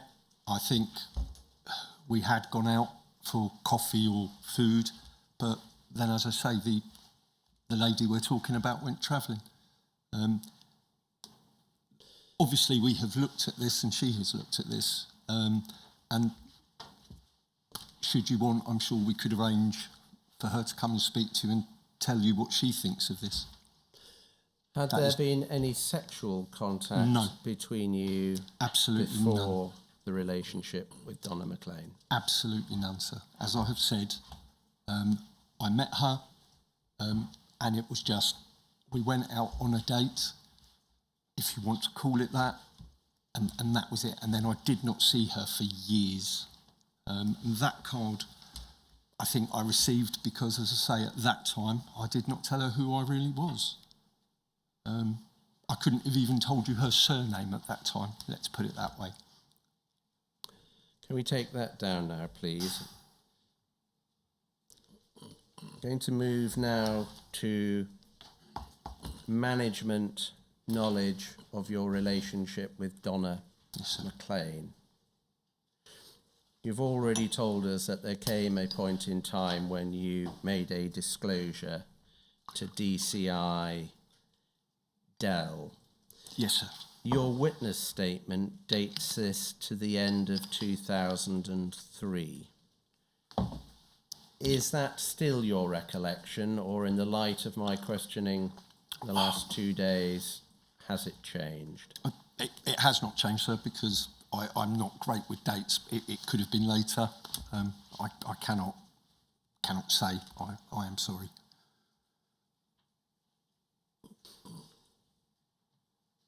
Is it right that DCI Dell told you to end the relationship?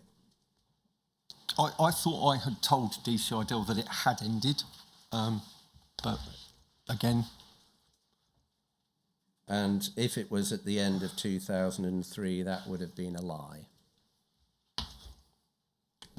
Absolutely, but as I say, it could have been 2004, could have been 2003. I unfortunately had my own battles, and I do struggle with dates and things like that. Did DTI Dell say anything about the morality of your having got involved in a sexual relationship with a member of the public? Absolutely, sir. As I said a bit earlier, he was very angry with me. You've told us he was very angry. What I'm asking now is, did he say anything about the morality of what you'd done? I don't think that word was used, no. Did he say anything about the impact on your wife and your family? He may have done, but I don't remember that. Did he tell you that he would tell your wife? No, I don't think so. Did you have any concerns that he might do so? No, because I do think that by that stage I had already told my wife, I think. But again, I'm going back and trying to remember what was very traumatic even for me as well at that time. What is your best recollection of when you first told your wife that you had got involved sexually with one or more members of the public? It would have been, from what I can remember, springtime or summer, because it was warm.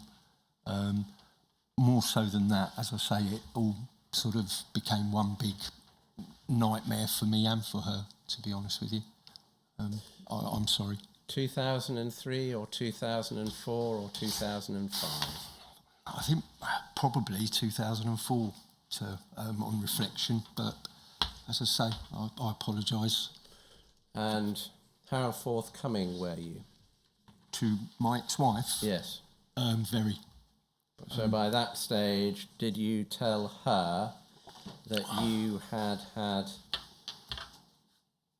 quite a long relationship with Lindsay and a very long relationship with Donna McLean? I think I had. I think I definitely told her that I had had 2 relationships. The detail of that, I don't recall. As I say, I wasn't exactly very proud of myself. What was the state of your marriage before you made that disclosure? We were still struggling.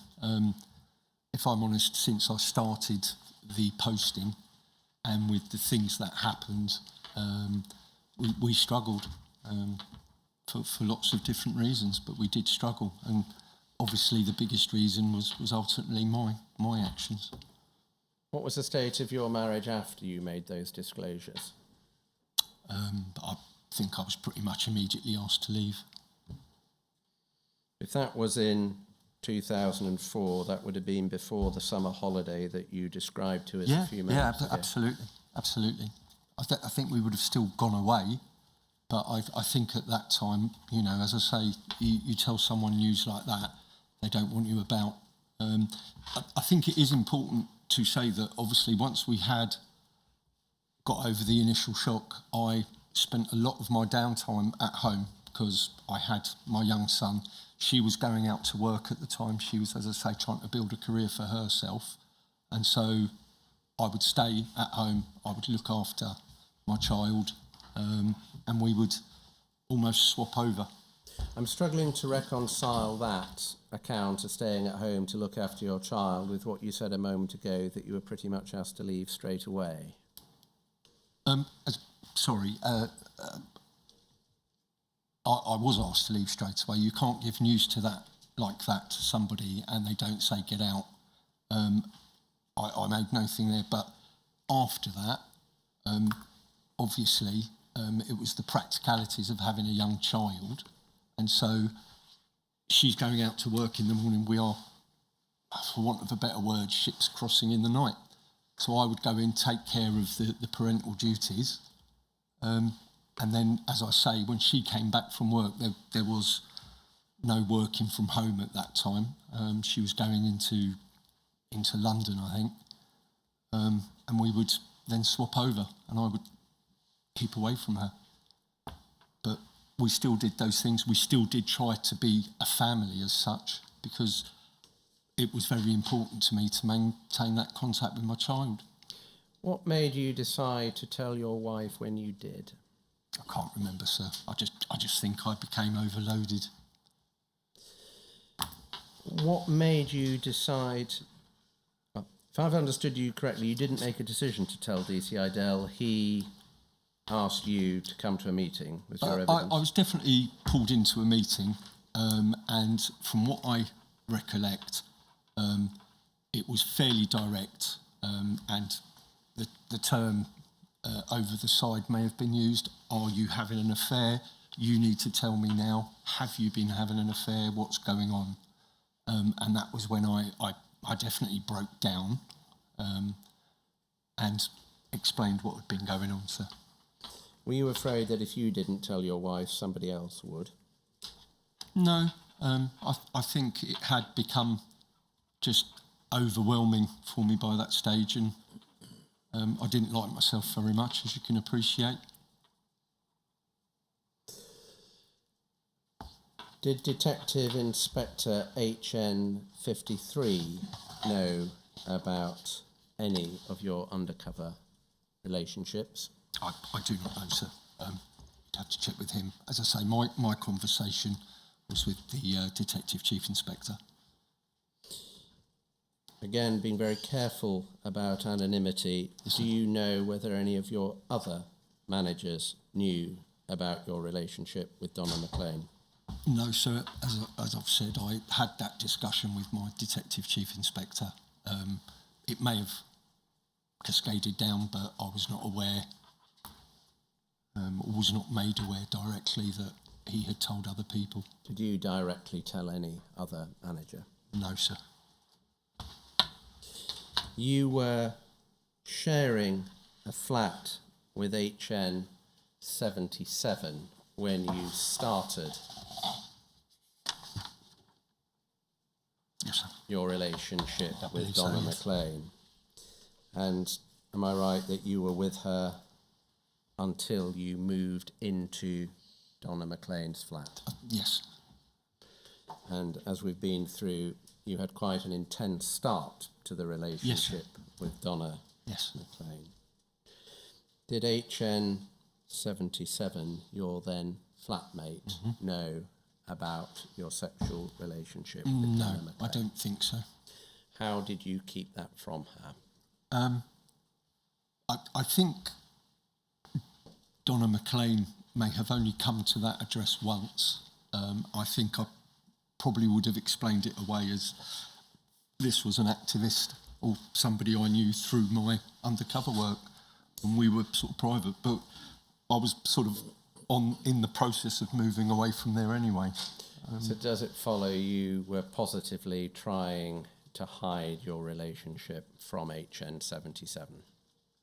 We did not talk about that. I did not know what she might be doing. I apologise. But yes, I myself and HN77 wouldn't have talked about those things. I did not talk about these types of things with other field officers. And they did likewise with me. I had no clue what they were really doing. Is that because you knew that what you were doing was wrong? Yes, undoubtedly. Lots of different reasons, sir, but yes, that's one of them. To the best of your knowledge, did HN 77 have any sexual relationships in her undercover identity? No, HN77 never revealed anything like that to me. Can we go now, please, to the document at tab B65 MPS 0010519?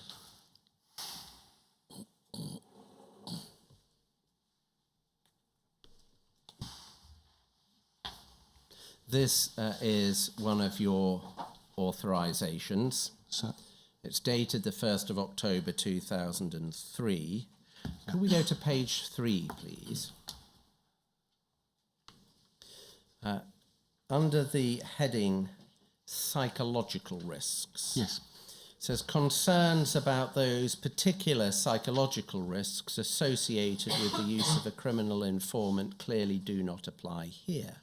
The psychological welfare of the officer is the subject of a comprehensive, extremely resource-intensive, 4-stage welfare programme monitoring the officer's well-being from selection to post-operation deployment.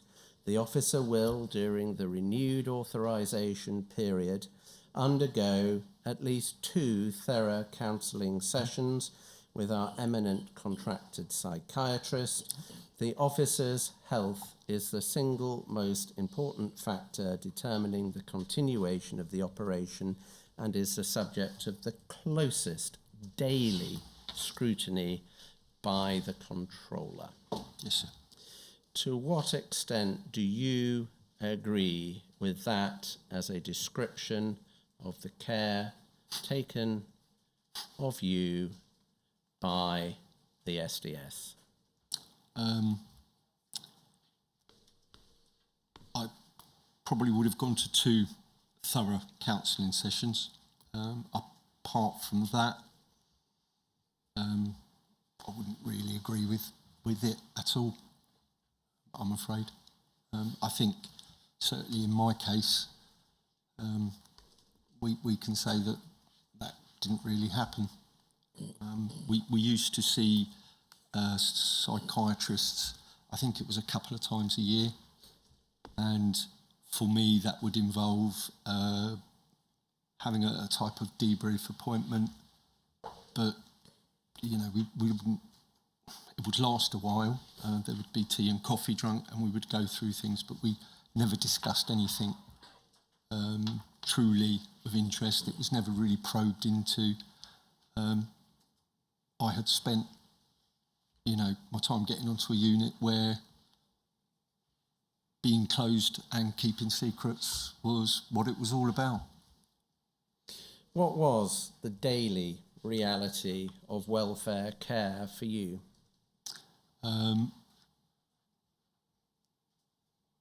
During the week, we would attend a meeting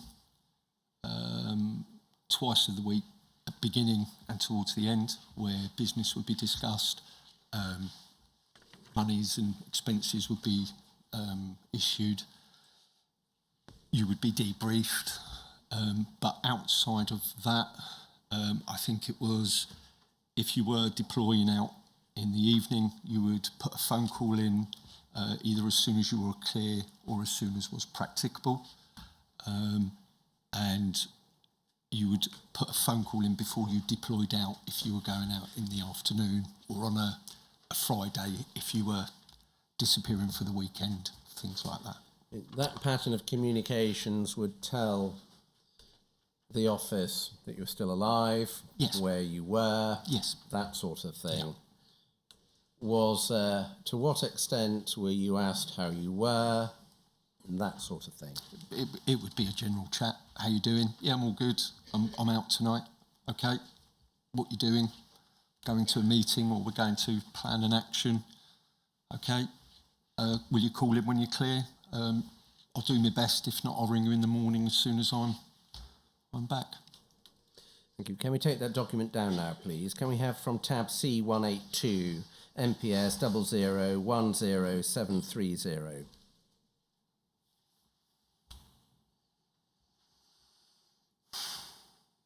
This is a document dated the 21st of October 2002. Yes. If we look, it's about Joe Batty.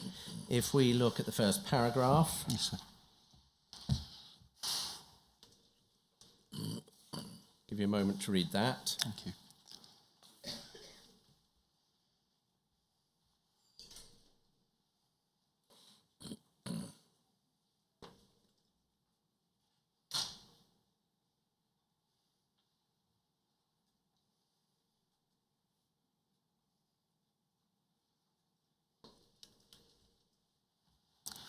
Okay, sir. What was the source of this intelligence? I think this would have come from conversations that we had within the group with Mr. Batty, with Dan Gilman. Again, I would have related that verbally, and they would have written it out and transmitted it in, put it in. Can we have the next paragraph, please?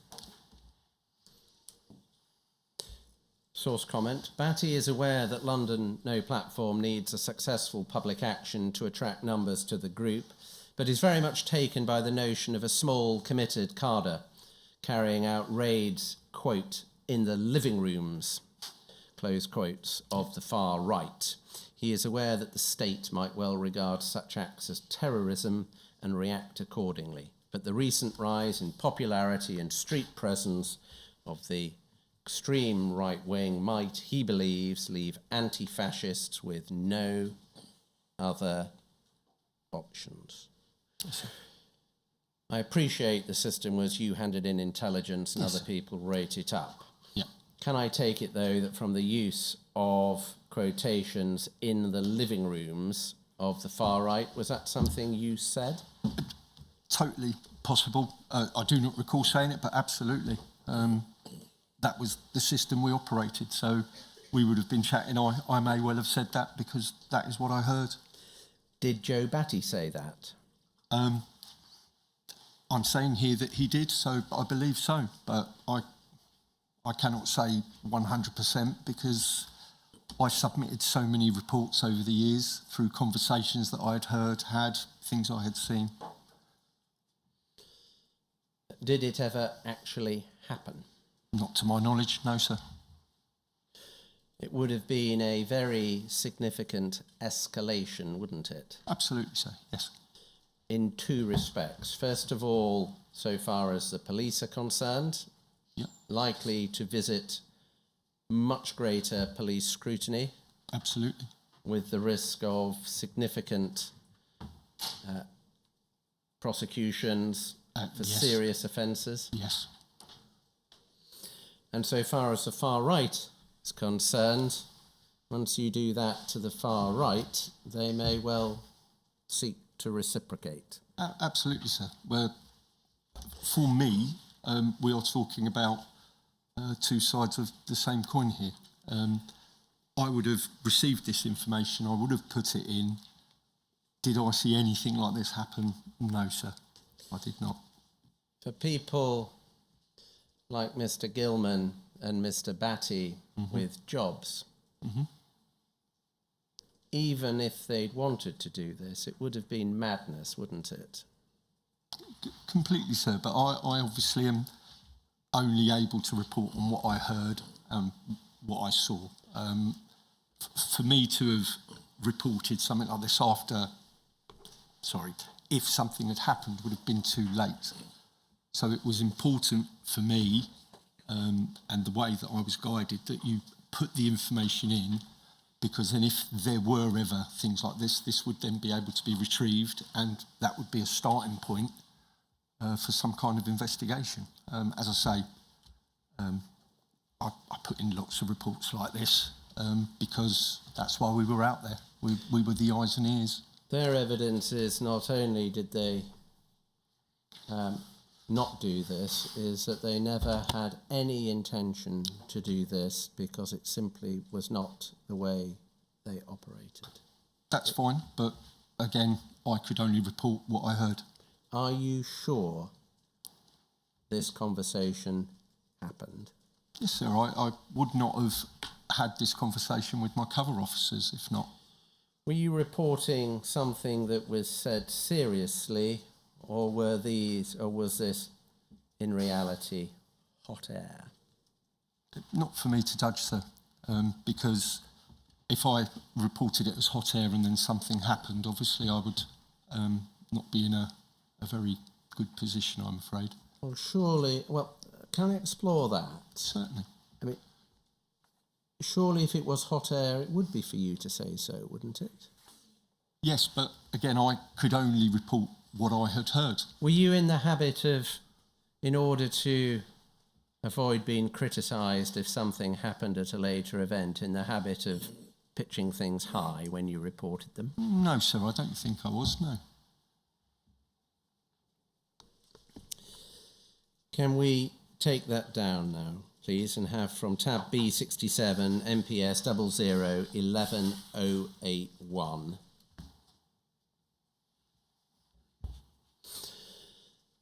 This is a document dated the 21st of October 2002 about no platforms reaction to fit at public order events. If we look first of all at the first paragraph, no platform was created by an extreme left-wing anarchist activist to counter the perceived threat of extreme right-wing street activity. It will provide a strong stewarding arm for extreme left-wing anarchist events when asked to take part in demonstrations and occasionally assist in leaflet distribution. But its fundamental aim is physically to confront the far right wherever they may be marching, canvassing, or meeting. Yes, sir. What was the basis for saying that that physical confrontation was the fundamental aim as opposed to stewarding? That would have been said to me, sir. That's how it would have been explained to me when I was being recruited into that world. Can we have paragraph 2, please? No platform will try to avoid police, but accept that confrontation with them is almost inevitable. Members will speak to officers when being followed, complying with basic requests, but also trying to determine police tactics and numbers and assess their chances of physically overcoming police or evading them altogether. They will try to discover officers' names and remember their faces with a view to attacking them at some future suitable event. Photographers are their prime targets and the subject of much discussion. Sympathetic, extreme left-wing photographers will assist by passing on their photographs of police. Yes, sir. Did they ever talk about seeking to physically overcome the police? Yes, we did, sir. The forward intelligence teams were a popular subject amongst us because of the very fact that they seemed to know who we were. They would take photographs of us. They would, again, engage with us and try and sort of wind us up, etc. So, yes, it was a subject that was talked about a lot. That's not quite an answer to my question. My Sorry, question was, did sorry. they ever talk about physically overcoming the yes, police? Yes. There was talk. Some of our the people on the anarchist side, particularly, were involved also with the Hunt Sab movement and things like that. And they would talk about the fact that there was often more of a chance of sort of turning over the police and the photographers at those types of events. I don't think I ever went to any like that, but it was something that was discussed amongst us, and certainly when we were out, this would be a popular subject. Did the Socialist Party section engage in this sort of talk? I think we all did, yes, because I recall having these conversations. I recall at one point, as I say, once these uniformed officers didn't know who I was, and at some point I think they did identify me in my cover name. And I can remember being sort of told, behave yourself, Carlo, what you're doing, get back in there, as they would be escorting us at a demonstration of some sort. So, yes. You might have touched upon this in your last answer, but just to be clear, did you ever witness no platform trying to physically overcome the police? No, it was purely related to me with regard to the Hunt Saboteur events. I never attended those, but it was a popular subject amongst us. The content of the report, which refers to remembering police faces with a view to attacking them at some future suitable event. To your knowledge, was any police officer identified and singled out for violence in this way? Again, that type of thing was talked about from the point of view of when hunt saboteur events had been attended, and you're dealing in larger geographic areas, fields, things like that, where officers would get isolated. As I say, I never attended anything like that. Whilst I was deployed within sort of more urban things, I didn't see anything like that happen. No. Paragraph 3, please. Sight of the far-right opposition will lead to aggression towards both them and to officers who intervene. Ethnic minority officers will be singled out for particular abuse for their misguided actions. What was the basis for that? I had witnessed that at events where the ethnic minority officer would be asked why they were protecting these people, but in far more forceful terms. And as I say, that's partly why I came back and reported it, that you had to be very careful how you were deploying your officers, because, you know, sometimes you would see the officer get visibly upset. Can we take that down now, please? Remembrance Day 2002, tab C183, MPS 0010918, please. Previously seen reports for the 2000 and 2001 events. This is a 2002 event. If we could have the text expanded, please. I'll give you a moment to read that. Thank you.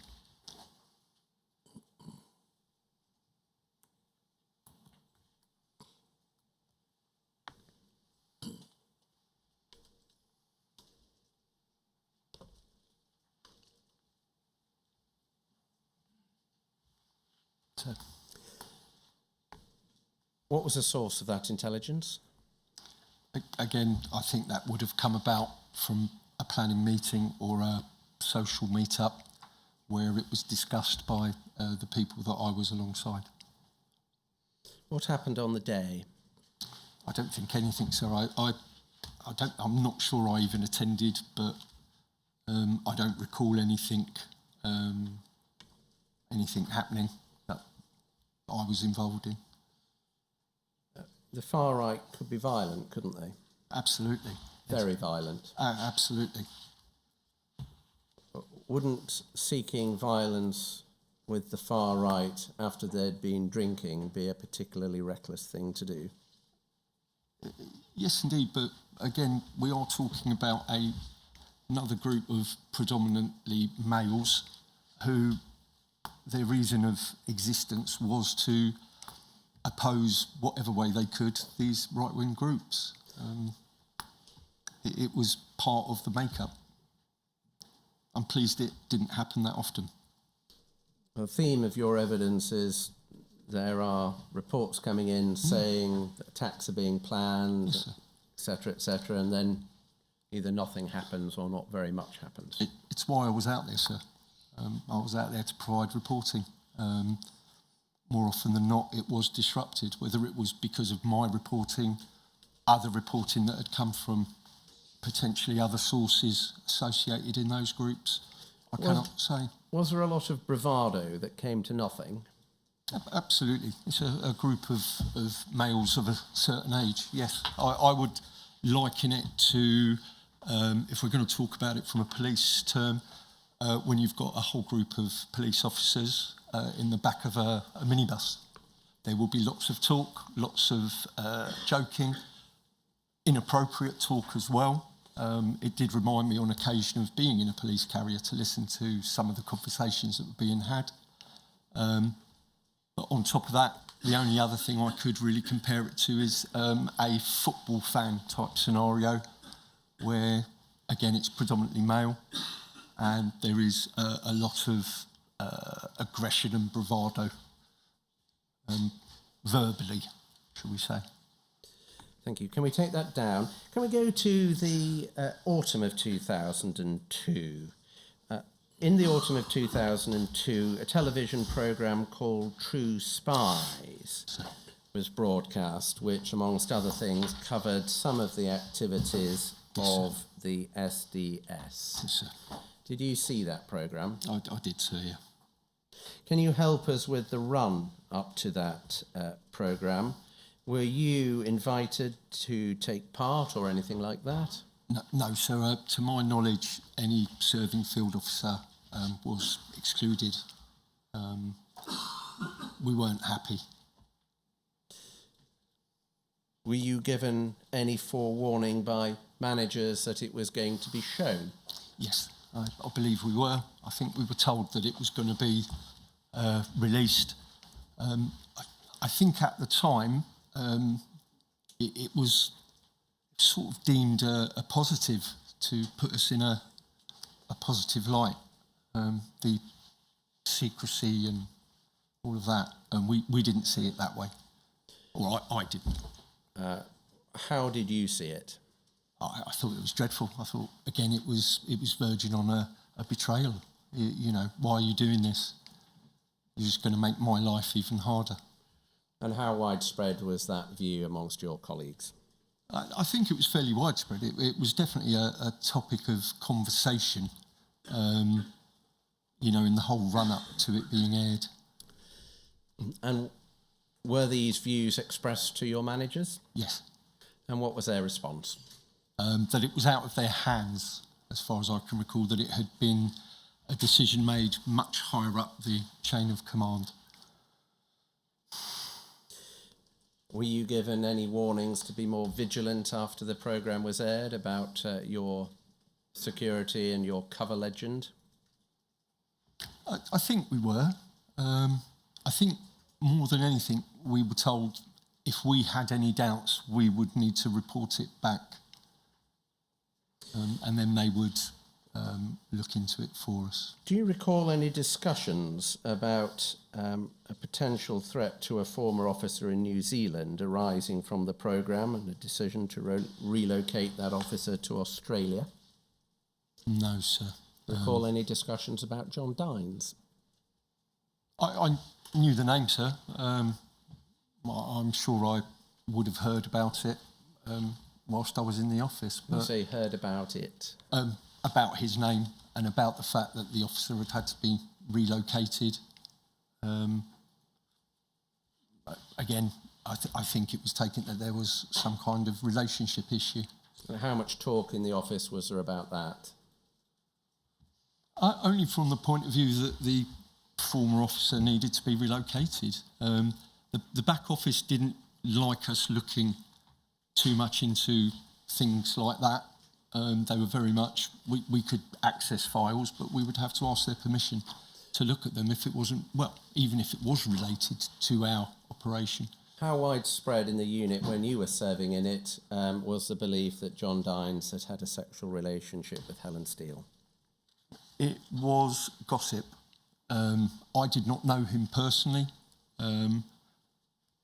It was gossip. I may have, again, as I say, that could have entirely been just chat between me and my colleagues. But we were quite a considerable time after that, so it didn't really figure for us. How significant was the suggestion that an undercover officer had had a sexual relationship with an activist in the atmosphere of the SDS at the time? Not that significant, sir. I think, as I say, we spent so much time sort of on our own that you would have these chats, but you would then be talking about other more pressing operational reasons, and so it would occasionally come up. I think at the time of that, I think the management, the inspectors, etc., were having to do a lot of work around it, and as a team we noticed that, obviously, and that's where the gossip would come from. Can you just be a little more specific about having to do a lot of work around it? They didn't reveal it to us. When you say it, around the John Dines case, yes, or around what had taken place, or around sexual relationships within the SDS? Around the John Dines issue. as I say, because it was not our business and that's how it was considered. Was the fact of a sexual relationship regarded as unsurprising? Yes, I think so. And was that because the prevailing view was that these relationships were happening? My impression was yes. Can I take you back to some of the questions I asked you yesterday about some of the files you'd looked at? Did Yes, you sir. also look at John Dines' file? No, I Are did you not. sure? Are you sure about that? Yeah, I'm pretty certain. I think that file would have been one of the ones that was probably locked in another cupboard. I don't remember looking at that file as far as I can remember, but I might have seen reporting from that time, but not about the exact whys and wherefores of that. Can we have 726931 up, please?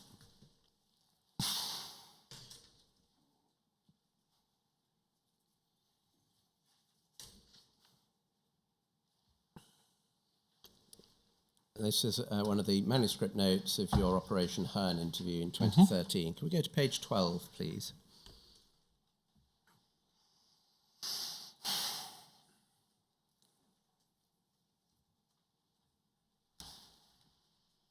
If we can have a look just beneath the large redaction at the... Thank you. You use the Tradecraft Manual as a guide, Fieldcraft cupboard. Also in the cupboard were officer files. You can read that. It says, mentioned reading Dines, Francis, redaction, files in safe. Can I take it from that your recollection in 2013, at least, was that you had read? Absolutely, I was definitely aware of that story, that incident. Can you recall whether Dines' file contained just material about his deployment or whether it also contained material about Helen Steele's attempts to track him down? I do not recall seeing anything about tracking him or trying to find him. I may have heard that anecdotally, but I do not recall seeing anything like that in the files, but it's entirely possible. Can you recall whether you saw anything in writing about a sexual relationship between Helen Steele and John Dines? No, sir. As I say, it was gossip, really, for want of a better word, I'm afraid. Did you see anything in the file to suggest there'd been any disputes between John Dines and management? No, sir, I didn't see that.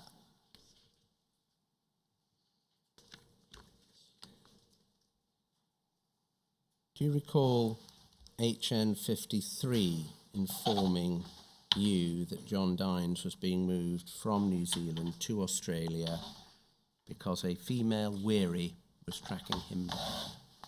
Yes, entirely that conversation, because that was who I understood was dealing with everything around that. Can we take that down now?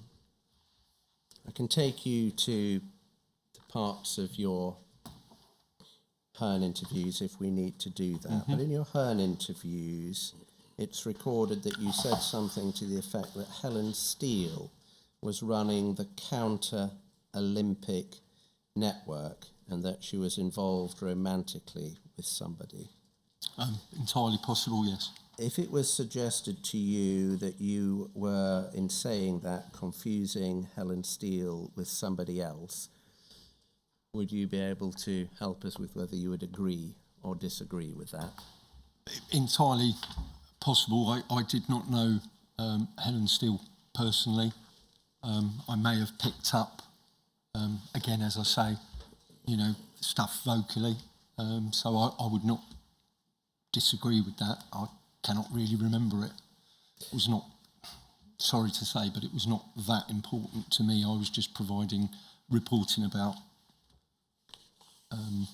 another activity. Roberto Fiore, Yes.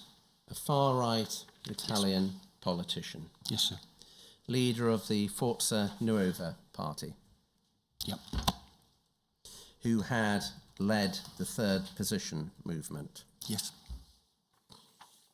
and was understood to have been involved with the armed revolutionary nuclei in the 70s and 80s, Yes, sir.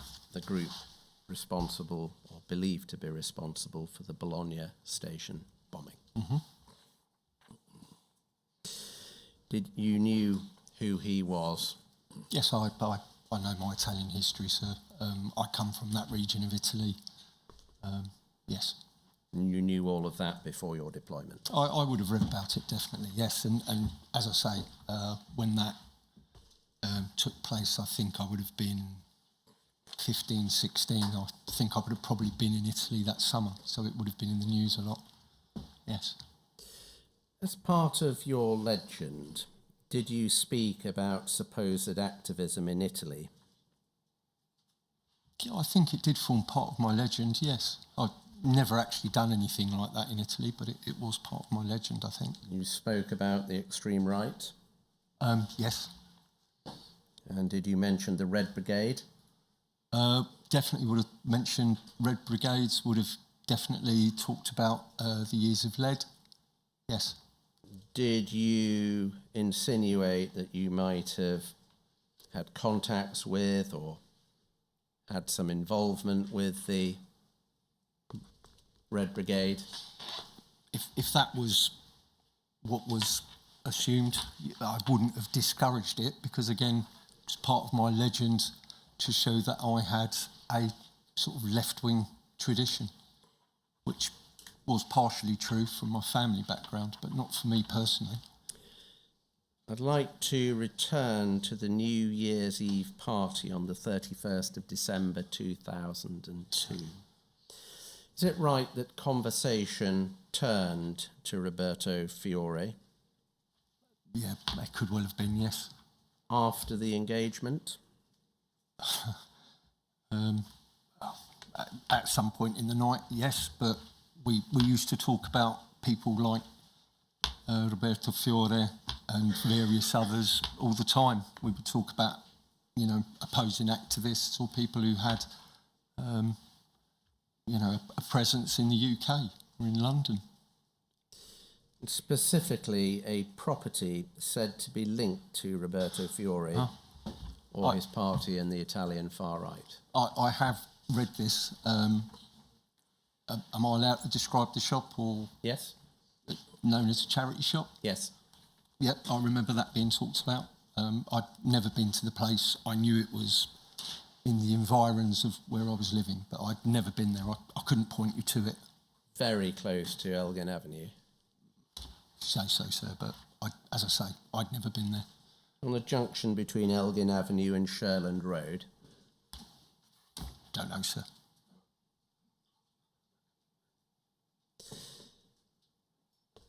Who was party to that conversation? Would have been a group of us. We used to talk about all manner of things, but as I say, whether it was spoken about at that party, I'm not disputing that it wasn't, but as I say, I have read the various statements. Was Joe Batty a party to that conversation? Entirely possible, yeah. Dan Gilman? Entirely possible, yes. Steve Headley? Again, I can't remember if Mr. Headley was at that party, but yes, if he was, entirely possible. We know from your previous evidence a certain amount of alcohol had been drunk. Can Yes, you give us an indication, by the time we've come to after midnight, how much had you had to drink? Or if you can't remember that, could you describe A lot, sir. the extent to which you were under the influence of alcohol? A lot. I would have been quite inebriated, yes. Mr. Batty describes himself as drunk. Okay. Was he? If he describes himself that way.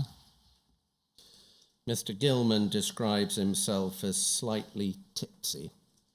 Again. What's your recollection? I don't really have any recollection. I was inebriated. I wasn't looking at what other people were doing. Mr. Headley? I don't think he drank. It's been said that you initiated the conversation about the charity shop. Is that right? I don't believe it was, sir. I think that whole conversation would have come up because we used to talk about things like this all the time. But I don't think I initiated it, no. But Might you have done? well, it's entirely possible. I used to talk about the history of Italian politics and all the rest of it all the time. It was part of my legend, but I don't recall initiating it.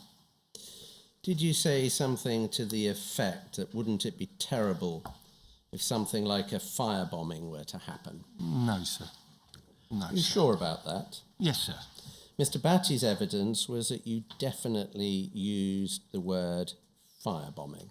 Might you have done so in your inebriated state? No, sir. I do not recall doing that. I do not recall saying that.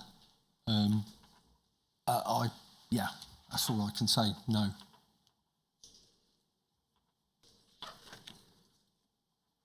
What did others say on the subject? I cannot remember. As I say, this formed part of a conversation, what I would now refer to as a macho conversation, but I don't recall firebombing being spoken about. I know that previously I knew who Roberto Fiore was. I did not know he had a presence in London. And so when I heard about this on other occasions about a charity shop, it was a source of great interest. But more than that, I'm not sure if anyone from my group ever visited the place, to be honest with you. Mr. Batty's evidence is that you gave him directions that night as to how to get to it. Did you? No, sir. I've no idea where the place was back then or now.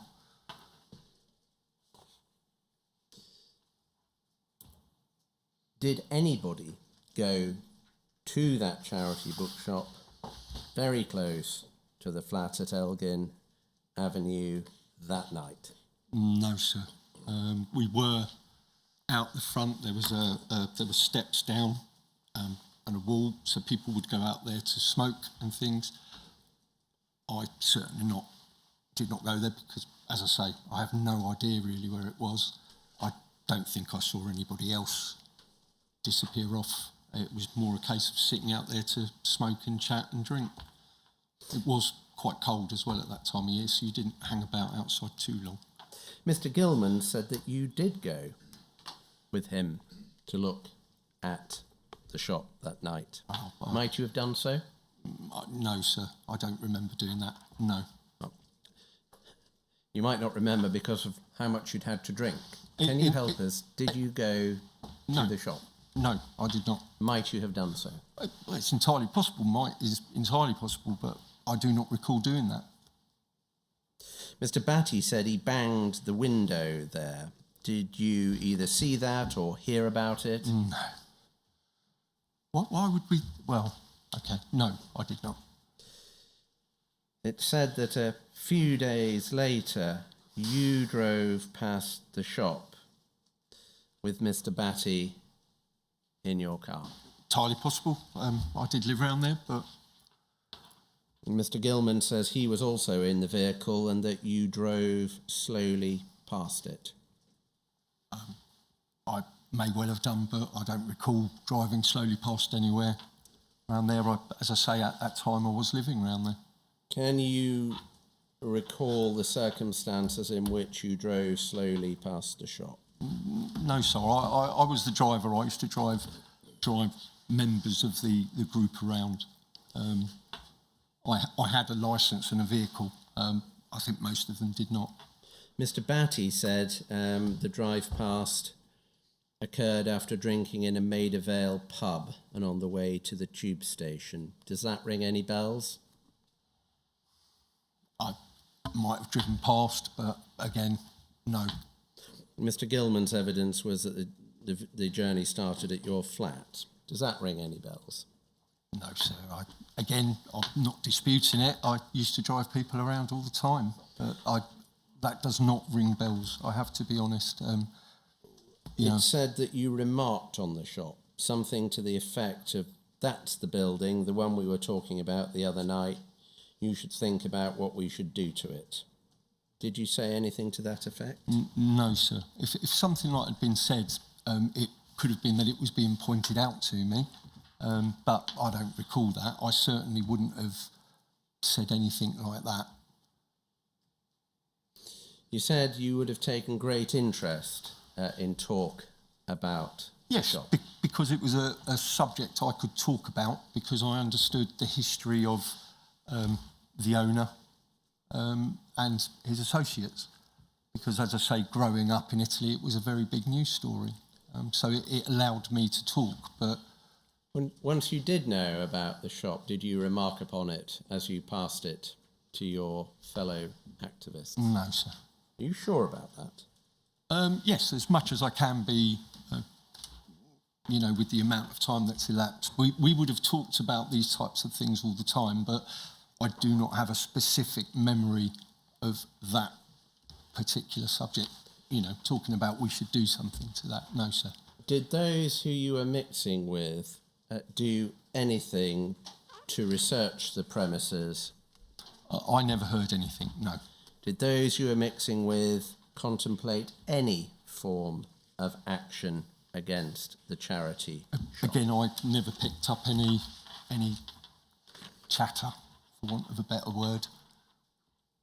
Did anything happen to the charity shop? Not to my knowledge, no. The evidence of Mr. Headley is that when you did raise the shop with him and suggested firebombing it, he said words to the effect of "stop being stupid." Did he say anything like that to you? I do not remember, sir. As I say, do not remember suggesting firebombing any place. It's just not something I would have said. We have got no reporting No. about this charity shop and its alleged connection to the far right. Mm-hmm. You said it would have been of great interest to you. Because of the name that was mentioned to me, yes. If that's right, why isn't there a report about it?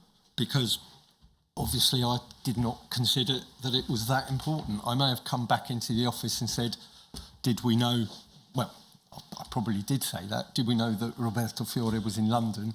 To which I would probably have been told, well, of course we have, of course we know, we've known for years. But I didn't really, I had no clue what international third position meant or what it was, because my primary concern was BNP, National Front, Combat 18.